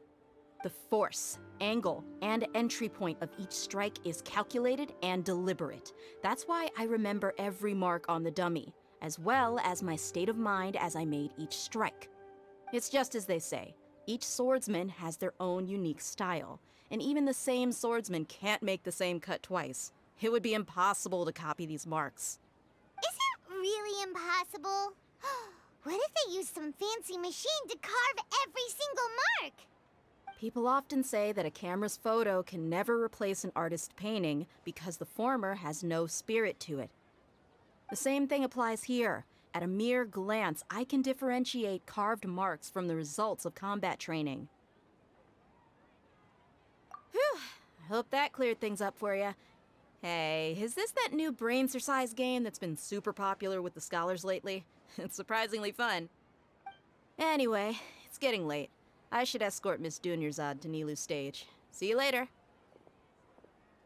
Well, back to square one. Is our memory deletion theory also wrong? But at least we've reached some other conclusions in the meantime. Yep, that's true. So, can we think of any new ideas right now? Strange? Paimon feels like everything's been strange lately. Huh? Leaving the city? You're right! It's really strange how we never thought of such a simple solution! Many things should become clear if we can confirm the flow of time outside of the city. Paimon can't believe it! Did we miss this because we're tunnel visioning too hard on our other theories? Or because we're just too tired?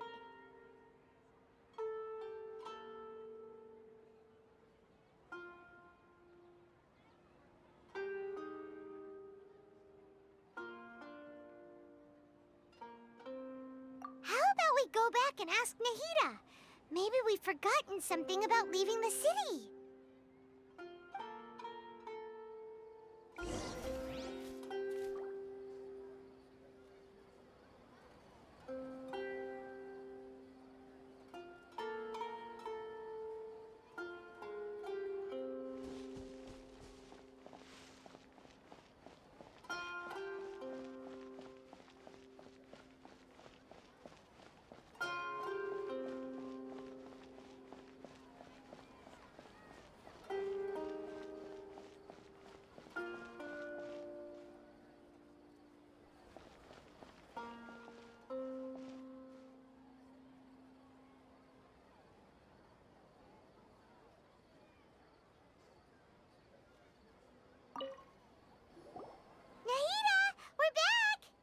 You're back early today.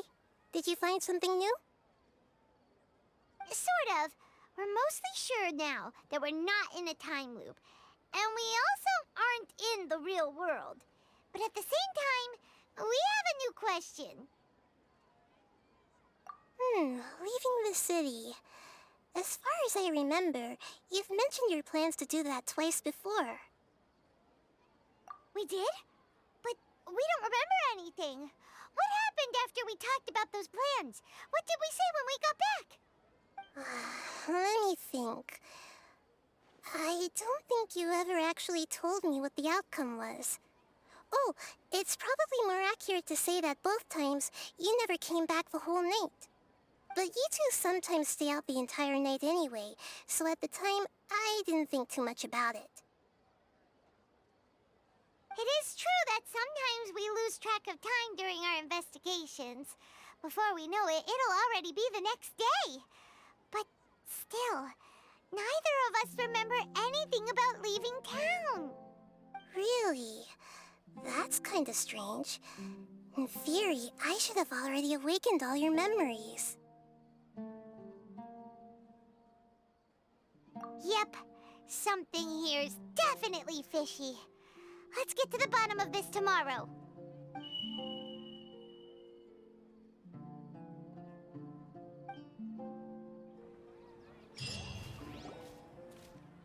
Our memories are back!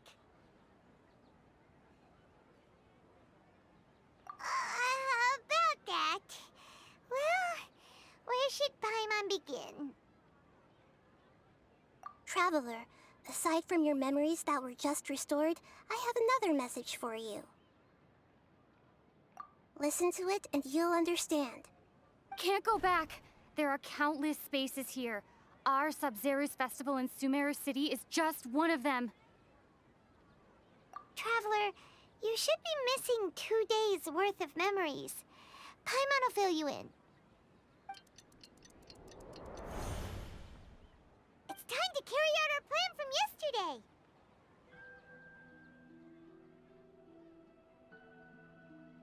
Okay, let's go!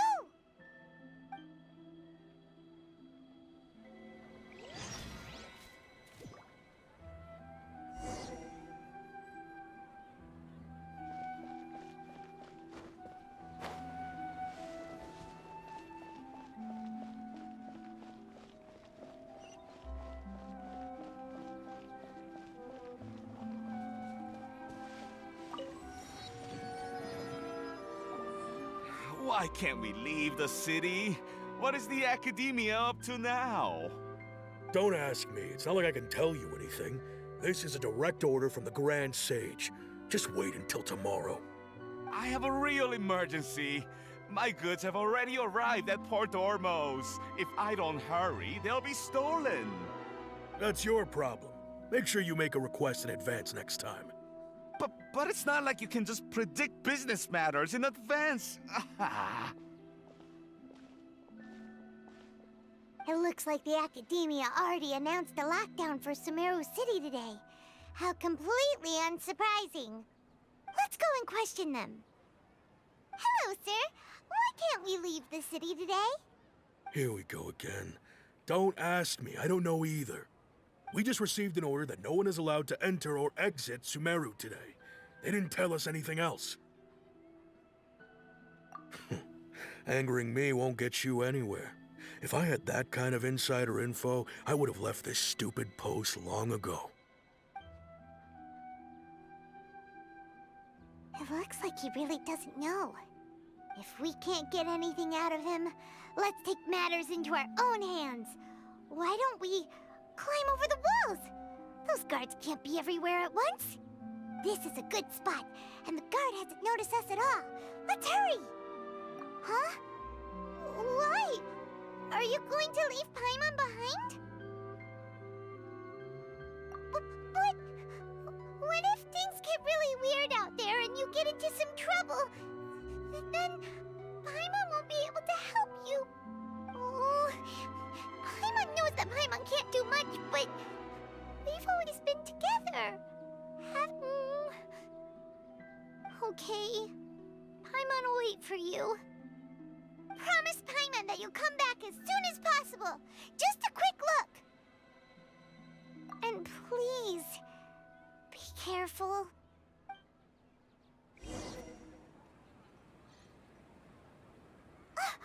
Memories!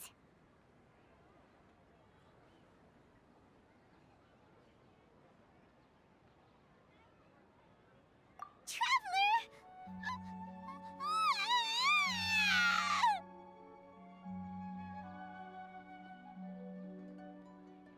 Paimon thought Paimon would never see you again. You just disappeared. Paimon waited for you for hours and hours at the city wall and you never came back. You promised Paimon that you were only taking a quick look. Paimon, calm down. She's here now. I don't think she understood what you were saying. Paimon doesn't care! Paimon wanted to go look for you, but you also said that Paimon should stay! Paimon was so worried and so scared the entire day!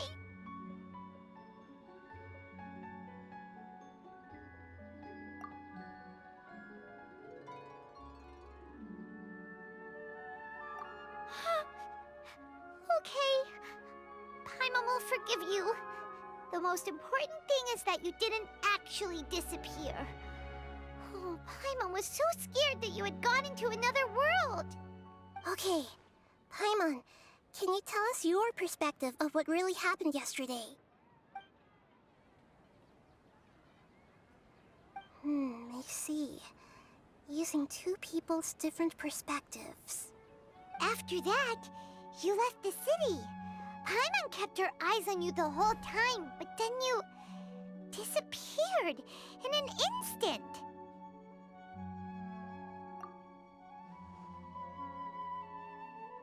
No way! Paimon was watching you with the fullest attention. What's your perspective, Traveler? You sure you don't have any memory of this? I guess that explains everything. You also lost your memories the last 2 times you tried to leave the city. Those days' memories can't be awoken. So, if we leave the city, our memories will be completely erased?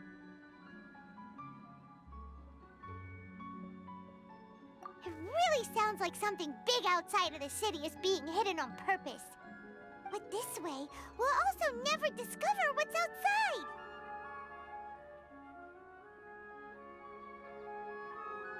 Something like a message? But how can we send it back? Don't look at me like that. I'm not used to being stared at. Well... Okay. You want something that can pass on messages, right? Give me some time and take care of Dunyarzad for me. Yep! Now we're talking!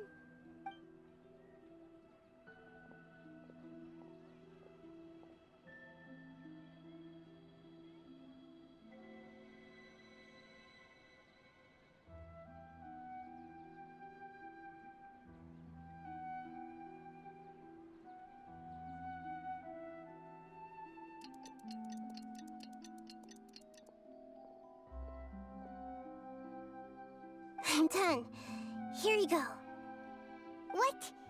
Isn't this just an Akasha terminal? You made some little changes. Akasha terminals are already capable of sending messages. I just tweaked it so that it could connect to any node. To make something like this? Nahida, you really know the Akasha like the back of your hand. Anyway, we can use this now to record a message, right? Yep. I'll help you save the messages. It should be pretty easy to use. I just can't guarantee the user's status and signal coverage when they're outside the city. We'll never know until we try. At least we're taking the initiative now.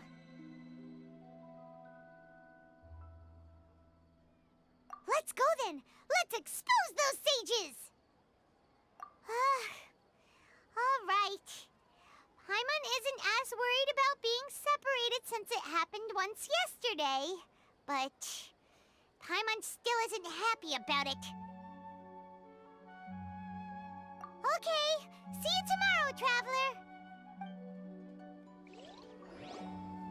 That covers everything that's happened so far.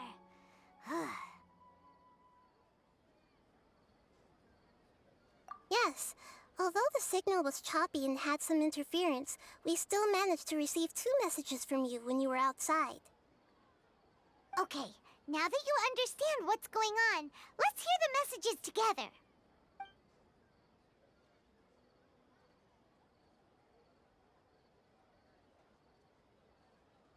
Can't go back. There are countless spaces here. Our Sabzeruz festival in Sumeru City is just one of them. I've entered another space. Before me are flowing sandstone and howling fish. Impossible and surreal sights. All these spaces are empty, except for the occasional ones that contain mute puppets rather than people.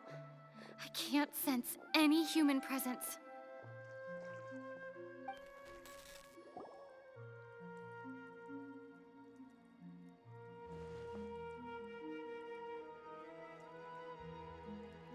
That's one heck of an info dump. It sounds like you left the Sumeru City space when you set foot outside of the walls.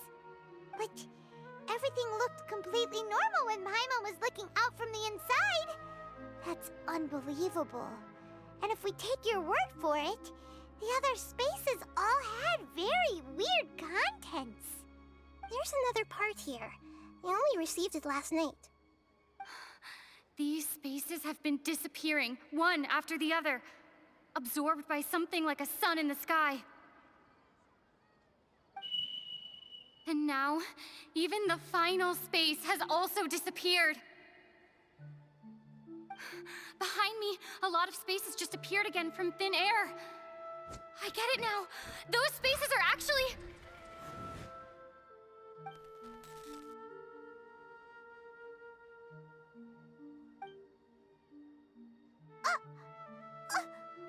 Why did the message end right there? What did the traveler want to say? What are those spaces? Probably because yesterday just happened to end at that moment. Oh, right. Paimon did hear a beep from the Akasha. Did it come from here or from the message? The message. It should have come from the Traveler's Akasha terminal. After the beep, Traveler said even the final space has also disappeared. Traveler, what do you think that final space could have been?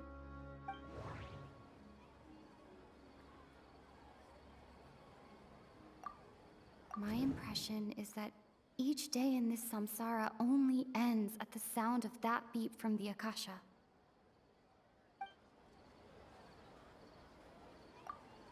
All the bizarre spaces I saw outside the city had one thing in common: a lack of human presence. Was that space actually the real world? But wouldn't a real space just randomly disappearing like that be catastrophic? That doesn't sound right. Oh, so that's what it is! After the sound of the beep, the final space, the Sabzeruz festival, also disappears, and we're taken to the next day. Later on, Traveler also mentioned a bunch of new spaces materializing behind them. Do lots of new spaces appear every day?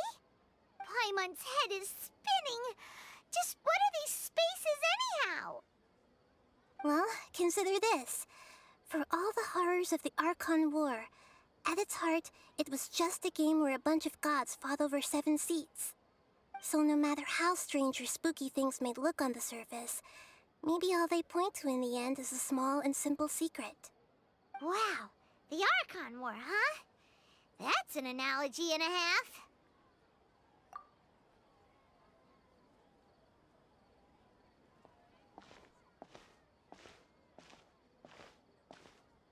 Hey, where are you going?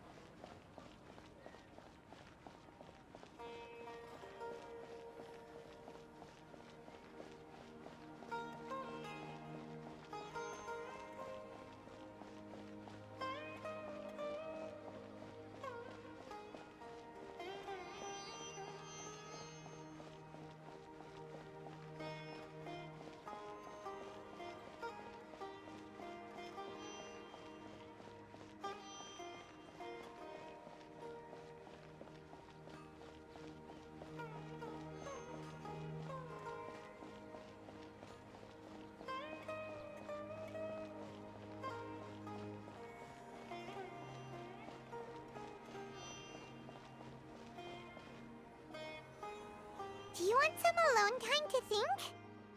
Alright then, Paimon won't disturb you.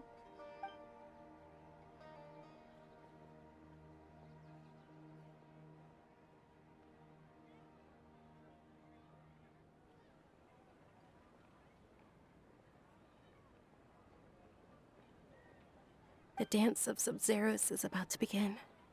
I'm going to go watch it. Okay. Why don't you go ahead, Dunyarzad? We still have some other stuff to do first. Okay then. See you later. Have you figured it out yet, Traveler? Time is ticking away. Awesome! What is it? Paimon wants to know. Oh, wait, no. Let's meet up with Nahida first. You can tell us both together. This time, we're gonna get to the truth.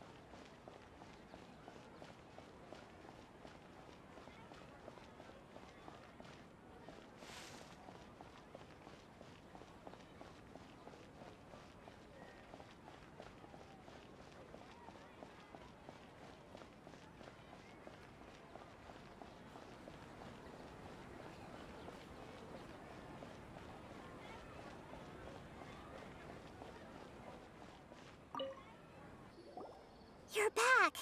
I've been waiting forever for you two. Judging by the looks on your faces, are you ready to take your Sabzeruz exam and graduate from the festival? Okay. First off, have you discovered the hidden truth?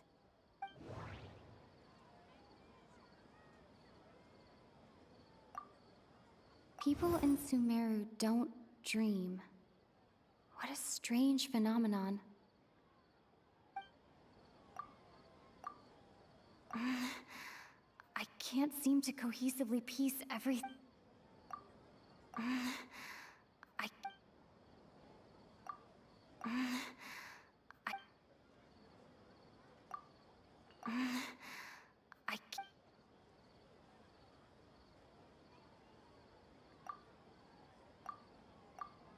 The moon, illusions, and lies.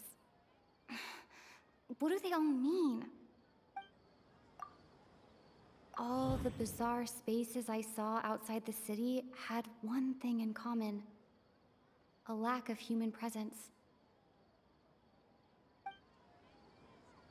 Those spaces remind me of dreams, like the one I had in the Avidia forest, except these have no sign of human presence.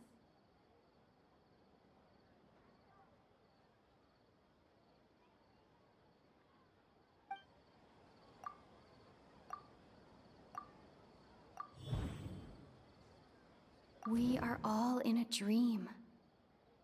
It isn't that the people of Sumeru don't dream. Rather, the Akasha is taking their dreams from them. People in Sumeru think they don't dream, but the truth is the Akasha steals their dreams without them knowing it. And those spaces with no human presence are stolen dreams without their host. That would explain why they sounded so weird when she was trying to describe them. Huh. So people in Sumeru do dream after all. In fact, we're all in one big dream together right now. Correct answer. Now, how did you conclude that the Akasha is capable of this?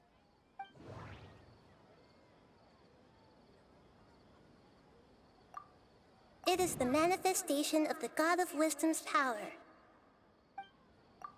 The Akasha relies on the power of a gnosis to operate, and it grants knowledge to the people. It compiles the wisdom of the entire populace. That doesn't sound... Oh, okay. Those dream-controlling creatures in the forest also get their power from the Dendro Archon, right? That would explain why the Akasha has the ability to control people's dreams, too.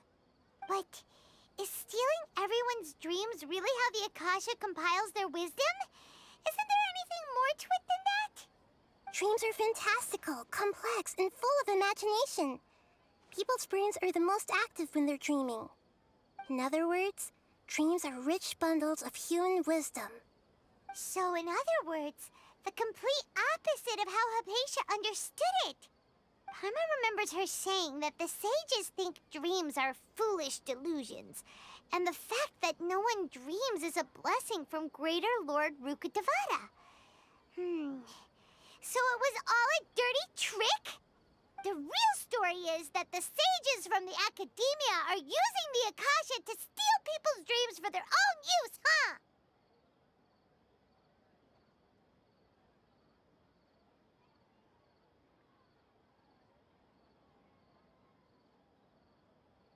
Oh? By the sounds of it, you understand the current situation pretty well. So then, what about the Samsara?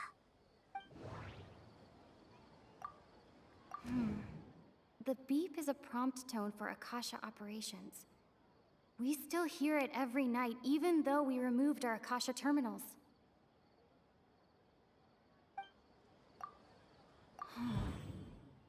Those spaces kept disappearing before my eyes. But as soon as that beep sounded, many more spaces materialized. Those dreamscapes kept vanishing. But as soon as that beep sounded, more new spaces appeared.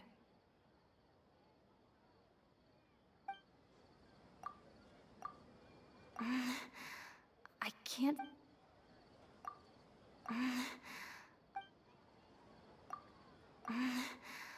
I can't...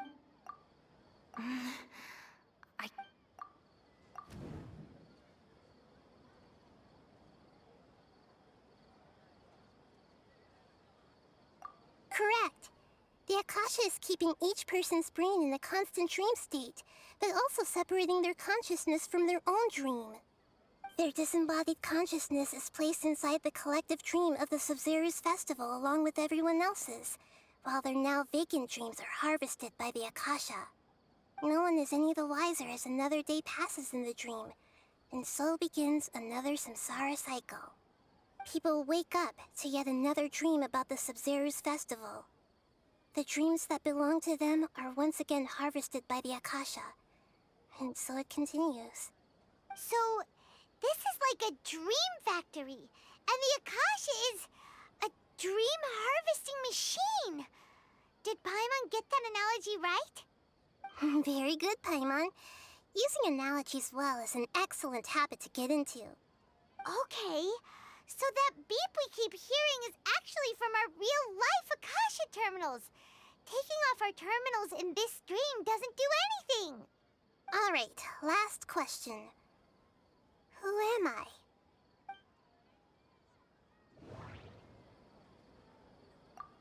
They say that alchemical divination is the Dendro Archon's divine revelation.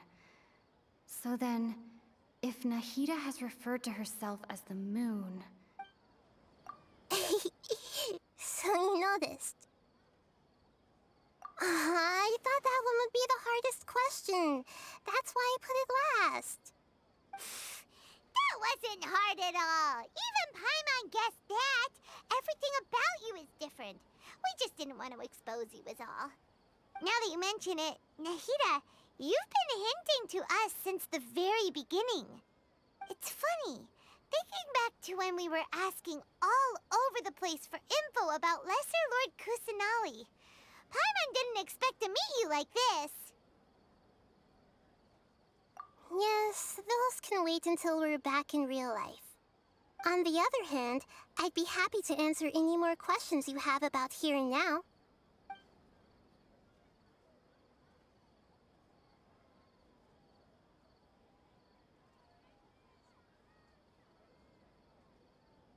You asked me this question before. My answer was, it would literally blow your minds. Now that you know this is all a dream, this answer should hopefully make more sense. Have you heard the saying, don't wake a sleepwalker?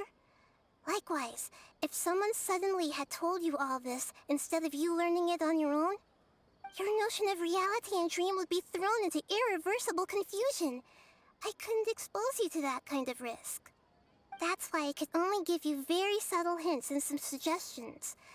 Long story short, I'm really sorry I had to keep you guessing. Firstly, this dream we're in is completely based on reality. People have already experienced this Sabzeruz festival, so it would be very difficult for them to find anything that strikes them as surreal. Secondly, you're probably wondering why people don't have any memories from earlier Samsara, right? That's because people don't remember their dreams most of the time anyway. And in any case, their actual dreams are being taken away from them by the Akasha. So whenever they wake up in this dream of the Sabzeruz festival, they don't remember anything from their previous identical dream. That reminds Paimon. Traveler had a dream when we were in the Avidia forest, but couldn't see what it was about after waking up. Is that an example of what you mean? Yes. Only after receiving the blessing of Dendril can a person gain the Dendril element's dream-enhancing power. That explains the feelings of déjà vu. Meanwhile, everyone else has no idea that they are in the Sabzeruz Festival Samsara, while their dreams are stolen from them over and over again. Can humans really keep dreaming forever like this? Will it ever end? And if so, when? You might say your mental fatigue has already answered this question. Eventually, there's only so much that people can tolerate. Especially those whose health is compromised to begin with, like Dunyarzad. This relentless exploitation takes an even harder toll on them. People's lives are at stake here, and nobody knows a thing! We've got to put a stop to this!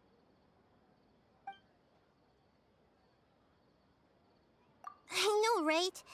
Why did they have to base this dream on my birthday? Could it really just be a coincidence? Even you don't know the reason? Wow, now that's strange. The Academia sages are determined to harvest lots of dreams in a short time, no matter the cost. They have to be up to no good. Unfortunately, I don't know anything about it. Traveler, do you have any information?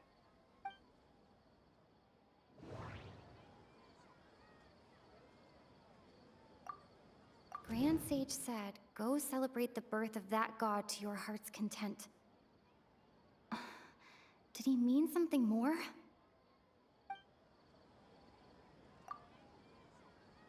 Celebrate the birth of that god? Could it mean...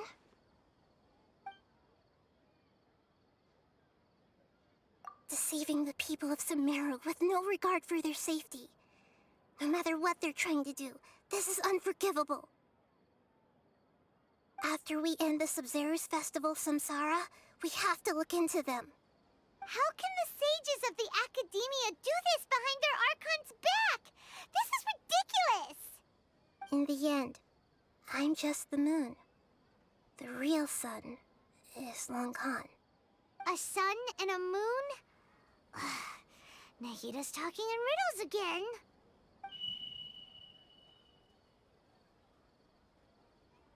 Oh, we're out of time today! I'll tell you how to break free of the Samsara tomorrow. See you then.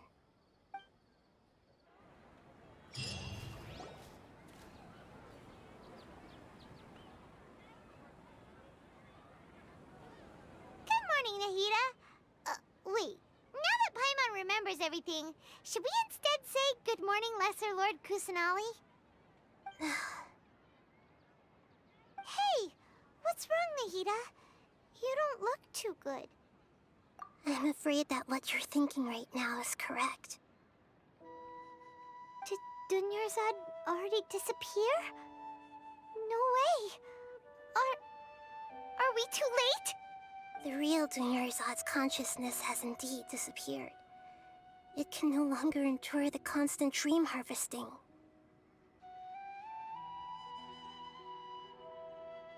Paimon can't believe it. Wait, so what about that other Dunyarzad? Just what is she? Is she also going to disappear? She's actually something like a puppet, but not completely. The real Dunyarzad's consciousness could no longer keep playing her role in this dream. So another Dunyarzad appeared to replace her in the dream. Just like the grass and the trees, that Dunyarzad is just a building block of the dream that helps to keep it going. But personality-wise, she's nothing like the real Dunyarzad. Puppets are stiff and can't copy a living person's vitality. After all, they're just there as filler. You know, speaking of which, the old Dunyarzad might not have been too different from a puppet. Dunyarzad truly believed that she met you within her consciousness, and it was you who inspired her. So you do remember her after all. Yes. Back then, her family was overly protective of her. No one cared about her personality or thoughts. It was as if she only lived to stall her Elazar. I just gave her a little wisdom so she could look at life in a new way. So that she could be her own person. But even so, she's still... far from it. I'm still a long way off from being a real Archon.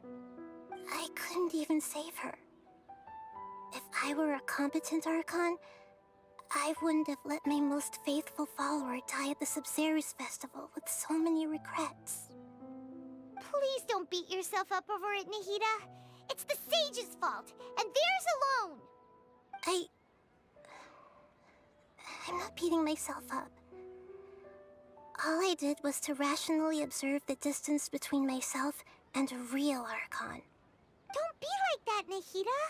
Even real Archons are still allowed to be sad.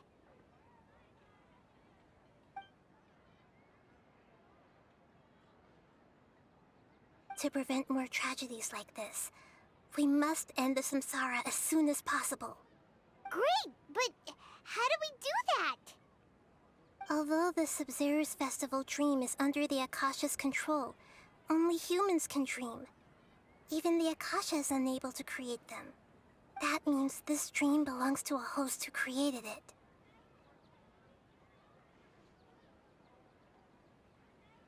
Huh?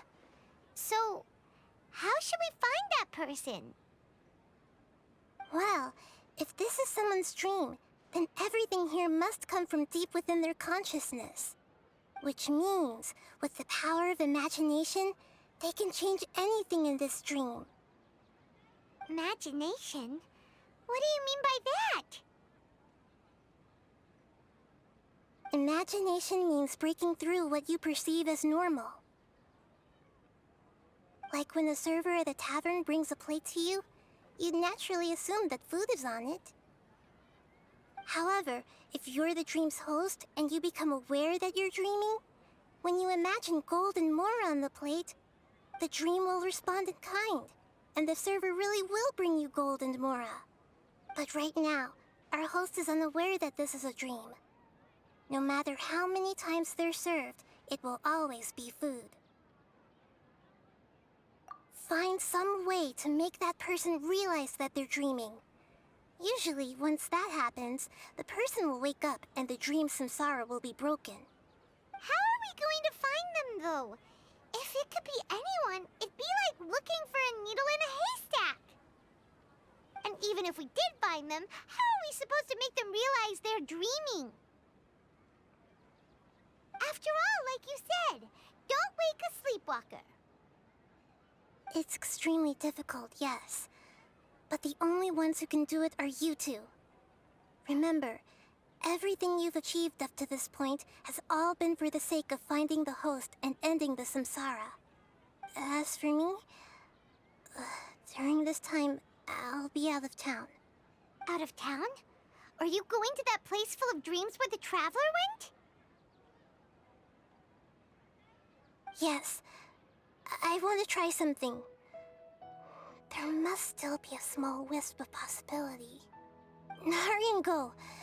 Dreams are supposed to be fantastical, romantic, and full of pleasant surprises. Unnecessary things like this samsara need to end. Paimon's still a little upset that we've come this far only for Dunyarzad to... She was such a good person, with such a simple wish. against her. Yeah, saving Dunyarzad is what kept us going this whole time. But we mustn't lose hope, Traveler. Dunyarzad would definitely want to see us save everyone else. So let's break the Samsara for her sake. Paimon's wondering, do you think the sages would get one of their own to be the host of this stream? Feels like it would be easier to control it that way, no?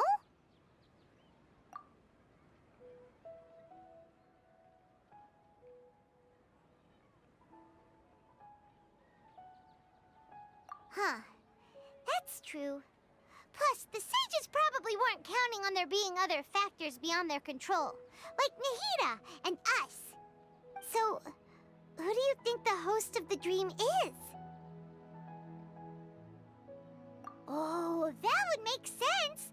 Ferris, the Knight of Flowers, is a symbol of the whole Sabzeruz festival, right? Pretty core character. Let's go ask him some questions, shall we?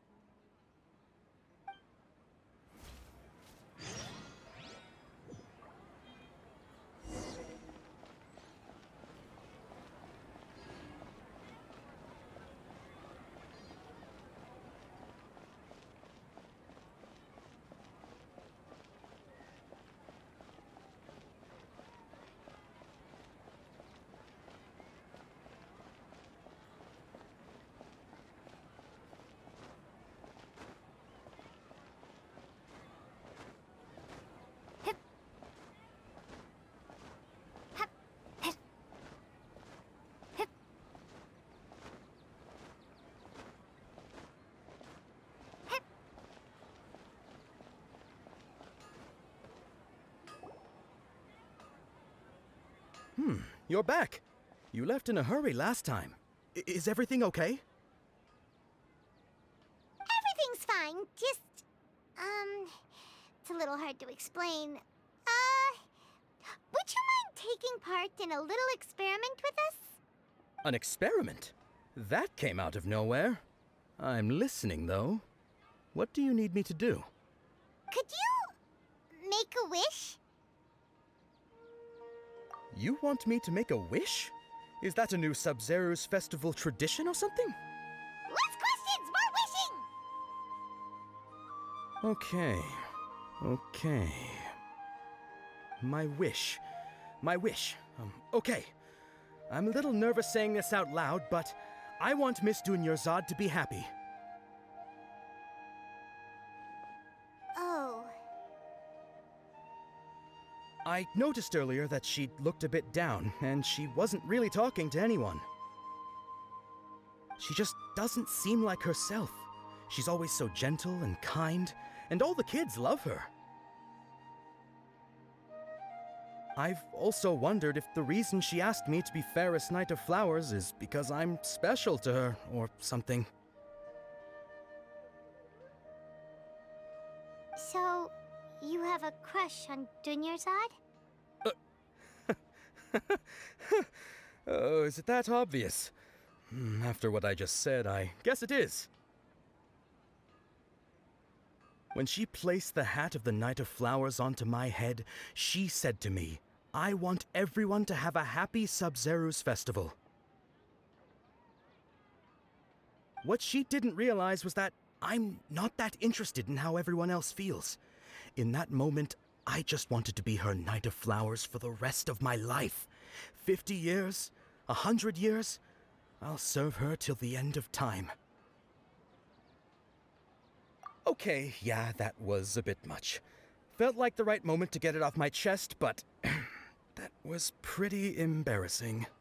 Okay, I'm ready to make my wish. I would like Miss Dunyarzad to appear in front of me right now with a smile on her face. Here goes. Please come true. I'm gonna open my eyes. Oh, you're... What? Fucky? Sorry, but only one portion of Yalda candies per person. Back home you go. Nice try, you two. Anyway, never mind. I don't need to see her appear right in front of me. As long as she's happy. Guess he isn't the host of this dream after all.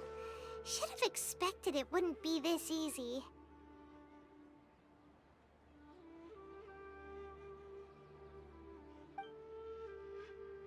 It seems like everyone who knows Dunyarzad loves her, but none of them has any idea that she...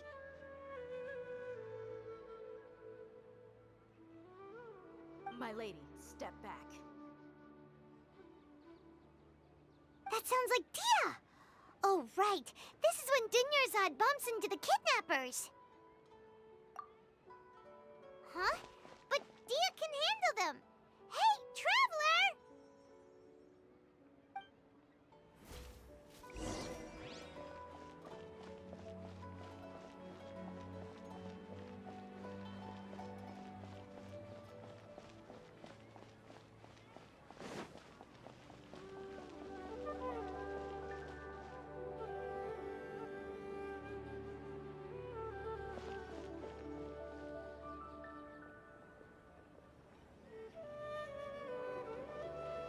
Oh, it's you. Great timing.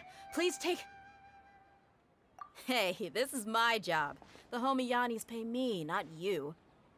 You... Fine, all right. Knock yourself out. Why are you so worked up anyway? It's not like I don't trust your fighting skills. Anyway, watch yourself.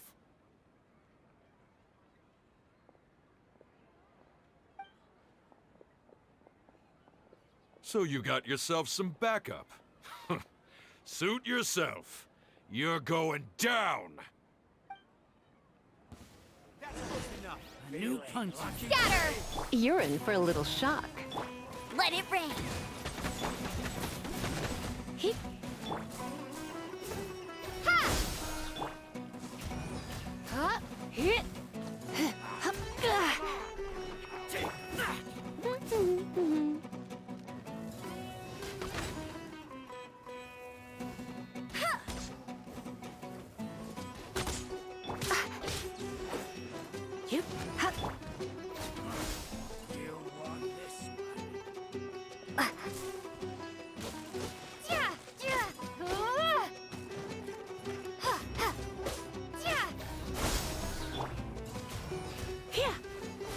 I'll race you to get him!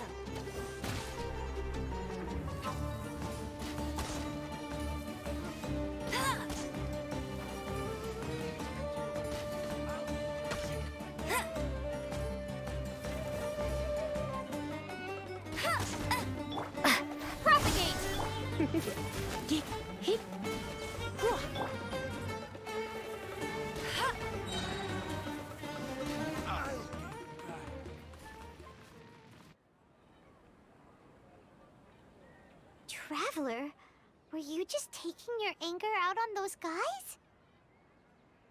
You and Nahida both. Dunyarzad wouldn't want to see you two like this. Oh, and speaking of her, Paimon just remembered something. Remember how during the first Sabzeruz festival, before the Samsara started, we came here with Dunyarzad because she wanted to pick something up? She said it was because she had forgotten something. Okay, so Paimon's memory is working so far. Anyway, Paimon also remembers that she is staying somewhere around here. She pointed... Yeah, even if it's only a tiny clue, it'll probably still help us more than this needle in a haystack search.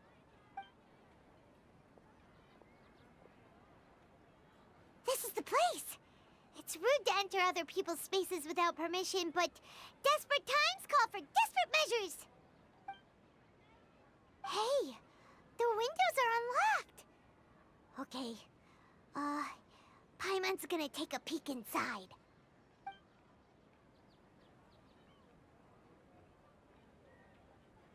This was only a temporary residence, so there was pretty much nothing inside except this book on the table. Should we open it?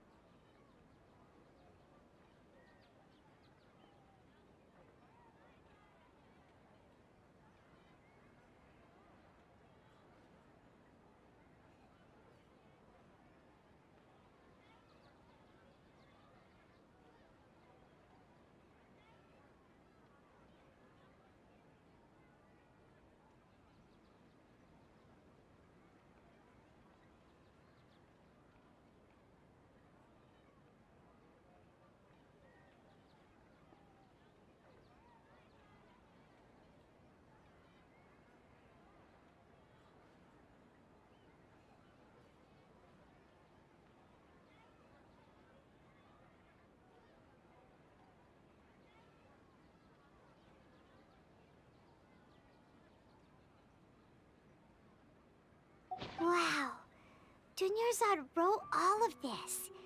Sounds like she was always thinking of us even while we were away.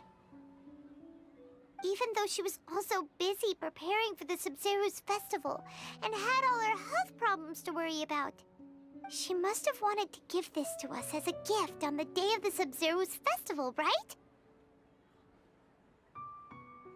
If we hadn't found this book, we never would have known. But now that we know, we can't even thank her.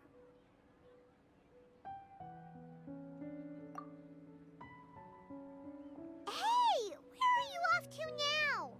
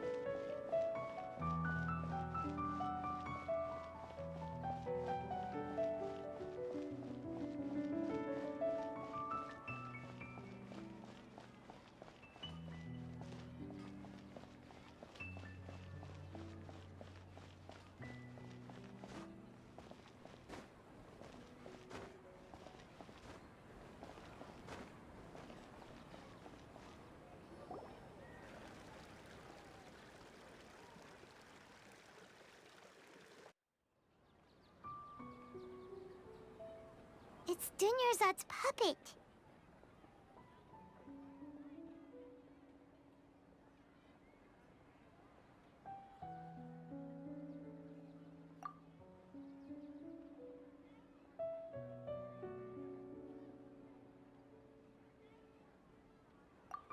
Traveler?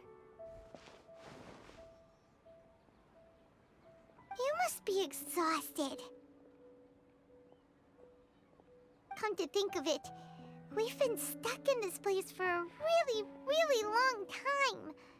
Heck, even the last time we were chatting happily with Dunyarzad feels like an eternity ago.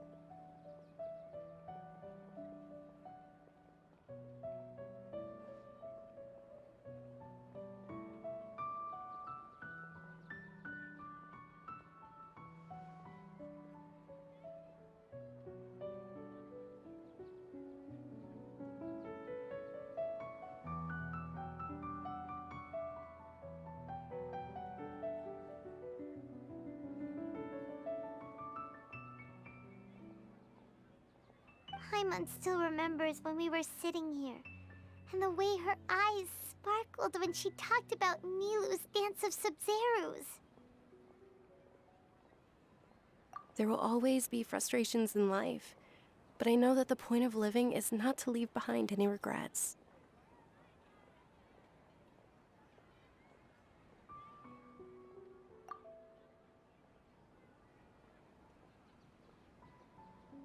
That was what the real Dunyarzad said, wasn't it?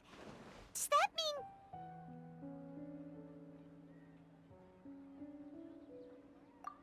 mean... Yes, Traveler. What is it? Oh, so she's still just a puppet. But just now, how come...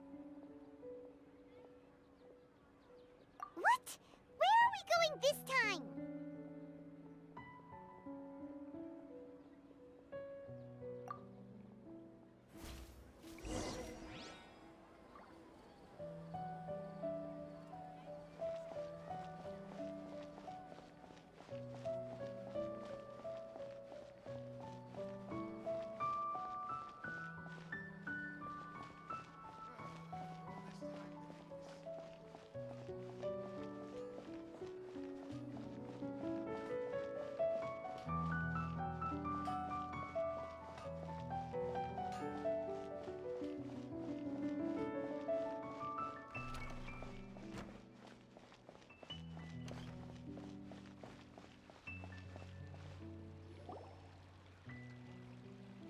If you continue to resist, we will have to order an investigation into every single event organizer.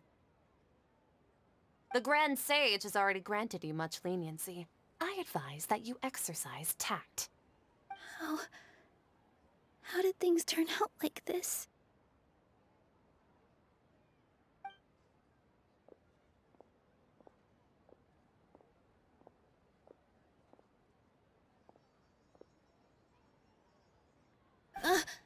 Traveler?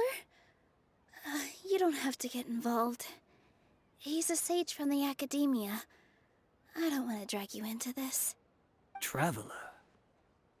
Traveler? What the heck are you doing? If you get arrested by the academia, that's another day gone to waste!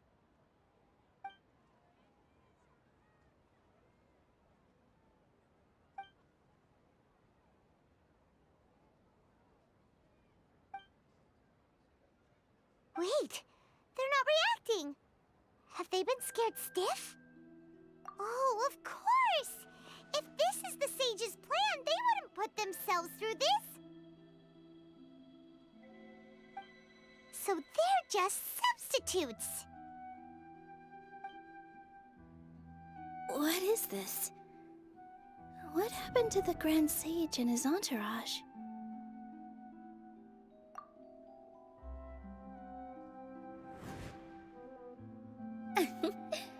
Like I said, they symbolize the goddess of flowers. It's just a shame that all the real Padisaras went extinct after her death. Yes. The Greater Lord brought forth new Padisaras in memory of the goddess of flowers. But she ultimately could never truly replicate that beautiful shade of purple.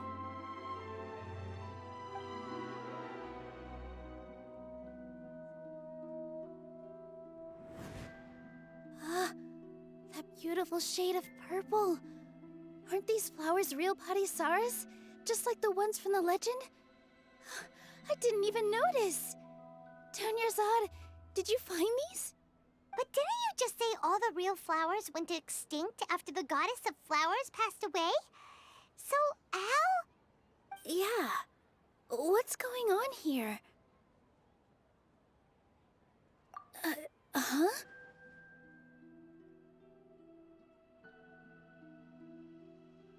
You guys are acting weird. But okay, I'll try.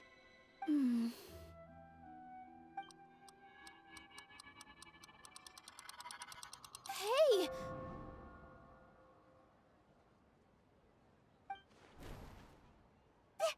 They disappeared! So Nilu's the host! What a surprise! Purple Padisaras don't exist in the real world anymore. But in Nilu's subconscious, they can appear as decorations on the stage! It's just like the example Nahida told us. People assume there will be food on a plate, and Nilu assumed there would be real Padisaras in the flower pots. So when you saw the flowers, you instantly knew it was Nilu? But if we want to end the Samsara, we need the host to become aware that they're dreaming. How should we make Nilu realize that? Am I dreaming? Huh? So I'm right. Is this Lesser Lord Kusanali responding to our celebration of the Sabzeruz festival? Wrong guess, but you aren't completely wrong either. The point is, what made you think this is a dream? As far as you know, people in Sumeru don't dream, right? Yeah, but have you heard the tale of the first sage? To prevent a calamity, he went on a journey to find the Dendroarchon. Ooh, sounds familiar. Dunyarzad told us a story like that when we first arrived in Sumeru City. So it was about the first sage, huh? Yep, but in the part you heard, he hadn't become the first sage yet. There's more to the story. His piety and wisdom were acknowledged by the Dendroarchon, and she finally gave her blessing to him. All kinds of spectacular scenes appeared in front of the first sage, as if all the knowledge in the world was being painted onto a canvas right before him. He was captivated. After who knows how long, he mastered all the knowledge he could comprehend. Afterward, he said to the Dendro Archon, I miss my parents, my wife, and my children. I've been away from home for far too long. They must be worried. The Dendro Archon smiled. The next second, the sage found himself lying in his bed, as if he had just woken up from a dream. His wife, lying next to him, said, You're off to search for the Dendro Archon today, aren't you? Have a safe journey, my love. In the end, the first sage took care of many disasters in Sumeru City and founded the Academia. What a happy ending. So, the first sage was dreaming ever since the beginning of the story? He never went on his journey? Yes, but his faith and determination were conveyed to the Dendro Archon, so she blessed him in the form of a dream. Paimon understands where you're coming from now. That's a really interesting connection. But we really gotta wake up soon, like the sage in the story! I see. Well, it just so happens that today's Sabzeruz festival is almost over too.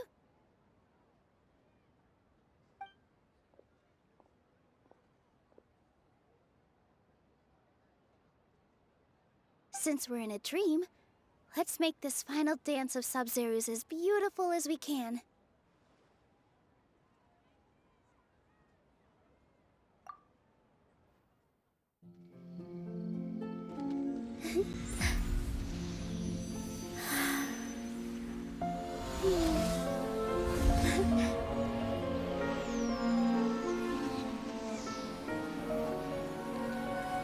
The wait is over, everyone. I dedicate this to our god, the dance of Sabzeruz.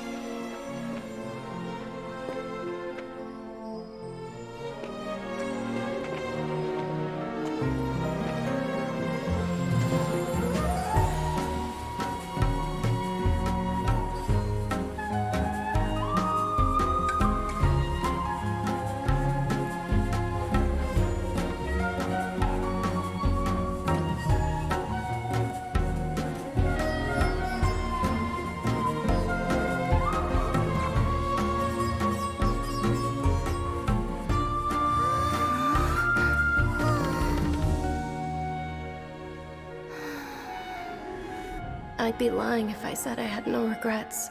I would have loved to see Nilou's dance.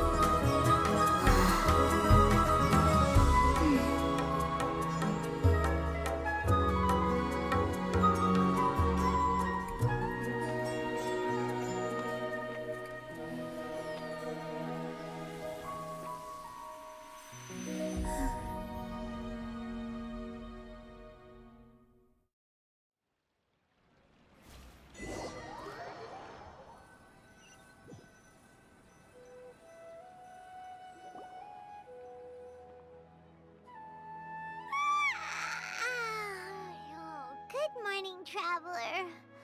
Oh, Paimon feels like she's been asleep for the longest time.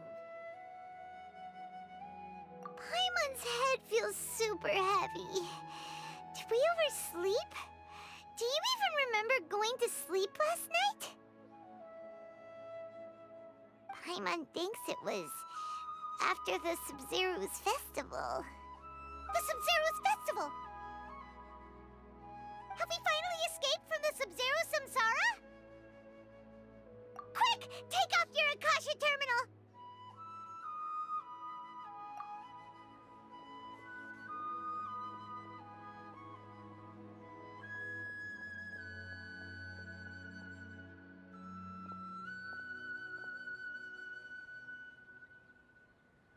She's not in her room. What happened? Huh? What usual spot?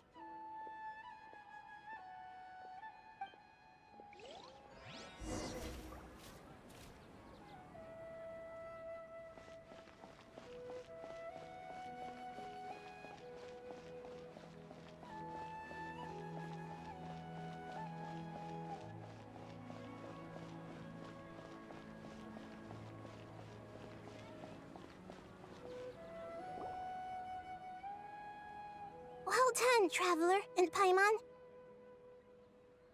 And thank you, Dunyarzad, for organizing the Sabzeruz festival for me. I'm sorry, who are... Dunyarzad! You're okay! Oh, don't scare us like that! Oh, Traveler Paimon. I have something amazing to tell you. I just had a dream, and I saw Nilou performing the dance of Sabzeruz.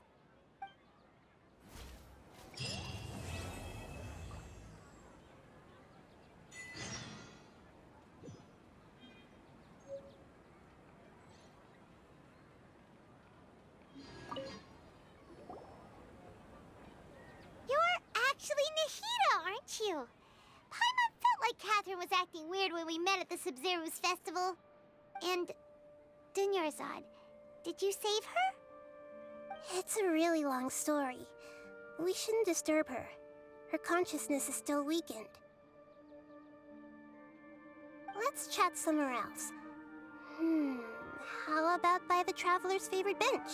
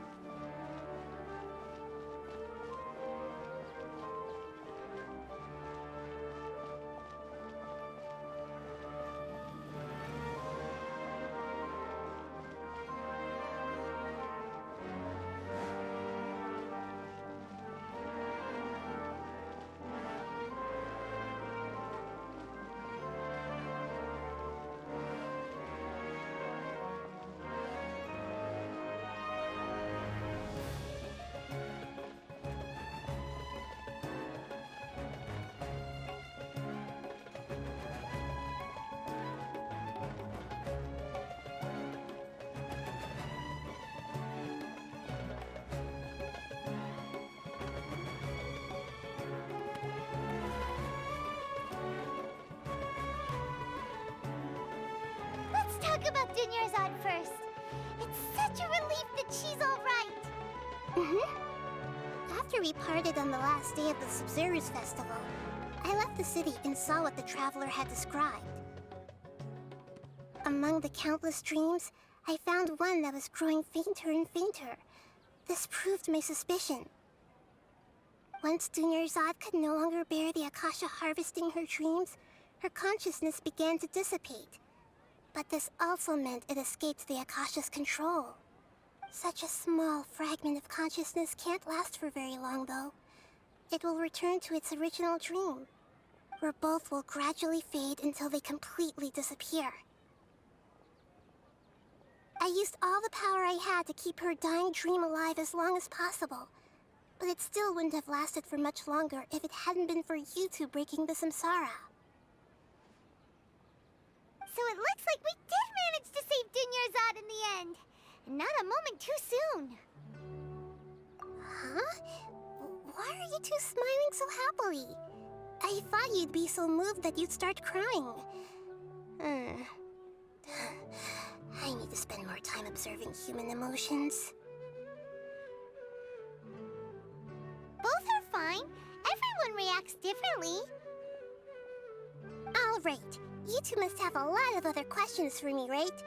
After all, you saved my faithful believer. As your reward, I will answer any and all questions. At the Avidia forest, there was this incense that made the Traveler fall unconscious and dream of a huge tree and a red sky. You also heard someone's voice, right? It said world and forget me. Yeah, so you do know! We've been wanting to ask you what that was about, and if the red sky was related to Khaenri'ah. It seems like the Traveler established a connection to Irminsul. That was a message left by Greater Lord Rukkhadevata's residual consciousness in Irminsul. Perhaps her last memory before she died. As you two probably know, Greater Lord Rukkhadevata disappeared after the disaster in Khaenri'ah. The timings of these events do line up, so your suspicions are reasonable. A message from Greater Lord Rukkhadevata? We thought it was from the Scarlet King. The Scarlet King? That god who died even longer ago? Some present-day desert dwellers still worship him. You probably just heard some of their conspiracies. Okay, so what does the message mean?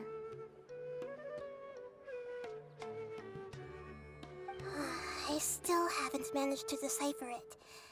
Even the Akasha isn't currently capable of doing that. Greater Lord Rukkhadevata's residual consciousness in Irminsul seems to be contaminated with something that has a very dangerous aura to it. Many devoted scholars go mad as soon as they connect their consciousness. I've warned the Academia about this many times, but people still keep falling victim to it. But I believe this is the key to saving Irminsul. That's why I've kept trying to decipher it. So the tree in the vision was Irminsul? Oh, Tighnari also said that Irminsul is sick! Is it because of the contaminated consciousness? But even if you can't figure out what that vision was all about, it seems like our search for you was all in vain. The Traveler wasn't affected after coming in contact with that consciousness. I've never seen anyone like that. With you here, we may have a chance at deciphering it. No, we must decipher its secrets. I've already eliminated all other factors that might affect Irminsul. This is the only one left. This puzzle has life and death at stake. It could determine Irminsul's fate, as well as Tevat's. To be accurate, I'm using the Akasha as a medium to occupy Catherine's consciousness. How did you do that? Poor Catherine. Does this mean you can also occupy other people's consciousnesses? Theoretically, I can enter anyone's mind as long as they're wearing their Akasha terminal. The Akasha is the legacy of Greater Lord Rukkhadevata. As Lesser Lord Kusanali and the first Akasha terminal, my consciousness has always been linked to the Akasha. I've always respected my people's free will, so I've never actually occupied their consciousness. When necessary, I just borrow this bionic Snezhnayan puppet. Hold on. Did we just learn some deep, dark secret? So Catherine is... No wonder Paimon felt something was off about her. What about your own body? Why do you need to borrow other people's? Don't you live in the sanctuary of Surasthana? That story begins a long time ago. After Greater Lord Rukkhadevata disappeared, the sages found my newly born self and took me back to Sumeru. At that time, I was young and weak. The sages kept me in the sanctuary of Surasthana, ostensibly for the sake of protecting me. But I've hardly heard from them since. However, I do understand that they had hoped to find Greater Lord Rukkhadevata instead of me, a symbol of her passing. So, the sages basically put their new Archon under house arrest? How dare they! Why don't you teach them a lesson, Nahida? In some ways, they aren't wrong. Greater Lord Rukkhadevata was omniscient and omnipotent. Even after her death, the Akasha is still empowering this nation. And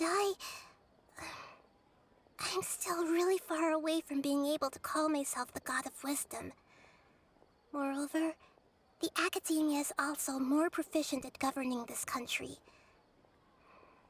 My existence has little meaning. Yeah, you got a lot of believers. Just look at the Sabzeruz festival. Everyone who showed up truly loves you. Thank you for the kind words. But I honestly don't need physical freedom as long as I can connect my consciousness to the Akasha. Trying to find a way to save Irminsul is my life's mission and top priority. I will work on that, and try to live up to being a deity in the meantime. Every once in a while, I will also take up the duties of the God of Wisdom and enlighten a lost soul here and there. Doing all that should be enough. There's never been any big problems with the Academia's governance of Sumeru. This is the first time I've seen them step out of line. I wonder what caused them to go down this path, and what they hope to achieve. Even though the city's residents haven't noticed anything strange, if the Traveler hadn't broken the Sabzeruz Samsara, the situation could have become dire. I tried to do some investigating in the Akasha, but I couldn't find anything suspicious. And all the people of interest seem to purposely avoid wearing their Akasha terminals. I think they're deliberately trying to hide something. Oh, that reminds Paimon. In Gandharvaville, there was a sage who had invited Tainari to join some kind of project. Could it be related? Regardless, I need to first investigate the sage's motives, make things right, and punish them if needed. But I'll have to be discreet, or they'll see me coming.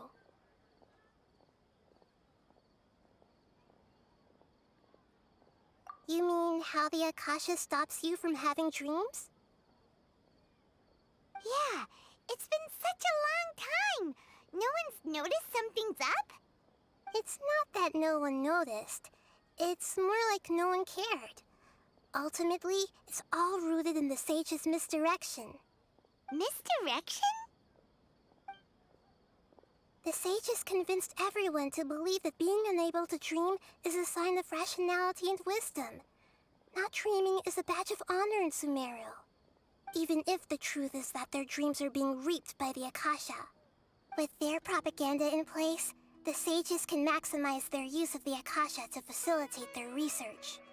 Besides, Greater Lord Rukkhadevata must have created the Akasha in the hopes that it could be used to its full potential. That's why I've never come out strongly against this. Anyway, the perspective advocated by the sages drowned out any voices of doubt. By now, even those who never use Akasha terminals find it too shameful and embarrassing to talk about their dreams. Got it! I hope my answers were satisfactory, seekers of knowledge. To be honest, maintaining Dunyarzad's fading dream took a lot of mental energy. I think I may need to rest for a while. Oh, and you don't need to worry too much about the sage's activities for now. The Akasha won't be able to conduct another project on the scale of the Sabzeruz Samsara in the immediate future. Go and get some sleep. Leave everything to us. What a relief. This is truly the most exhausting birthday I've ever had.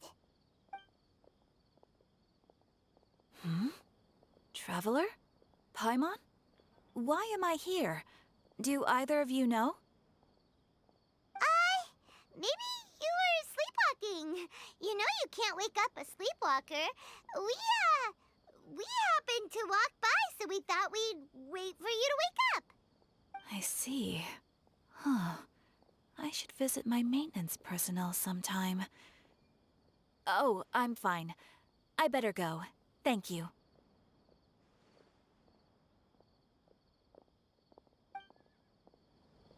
We've spent quite some time in Sumeru City, but ever since we last said goodbye to Lesser Lord Kusanali, we haven't heard anything from her.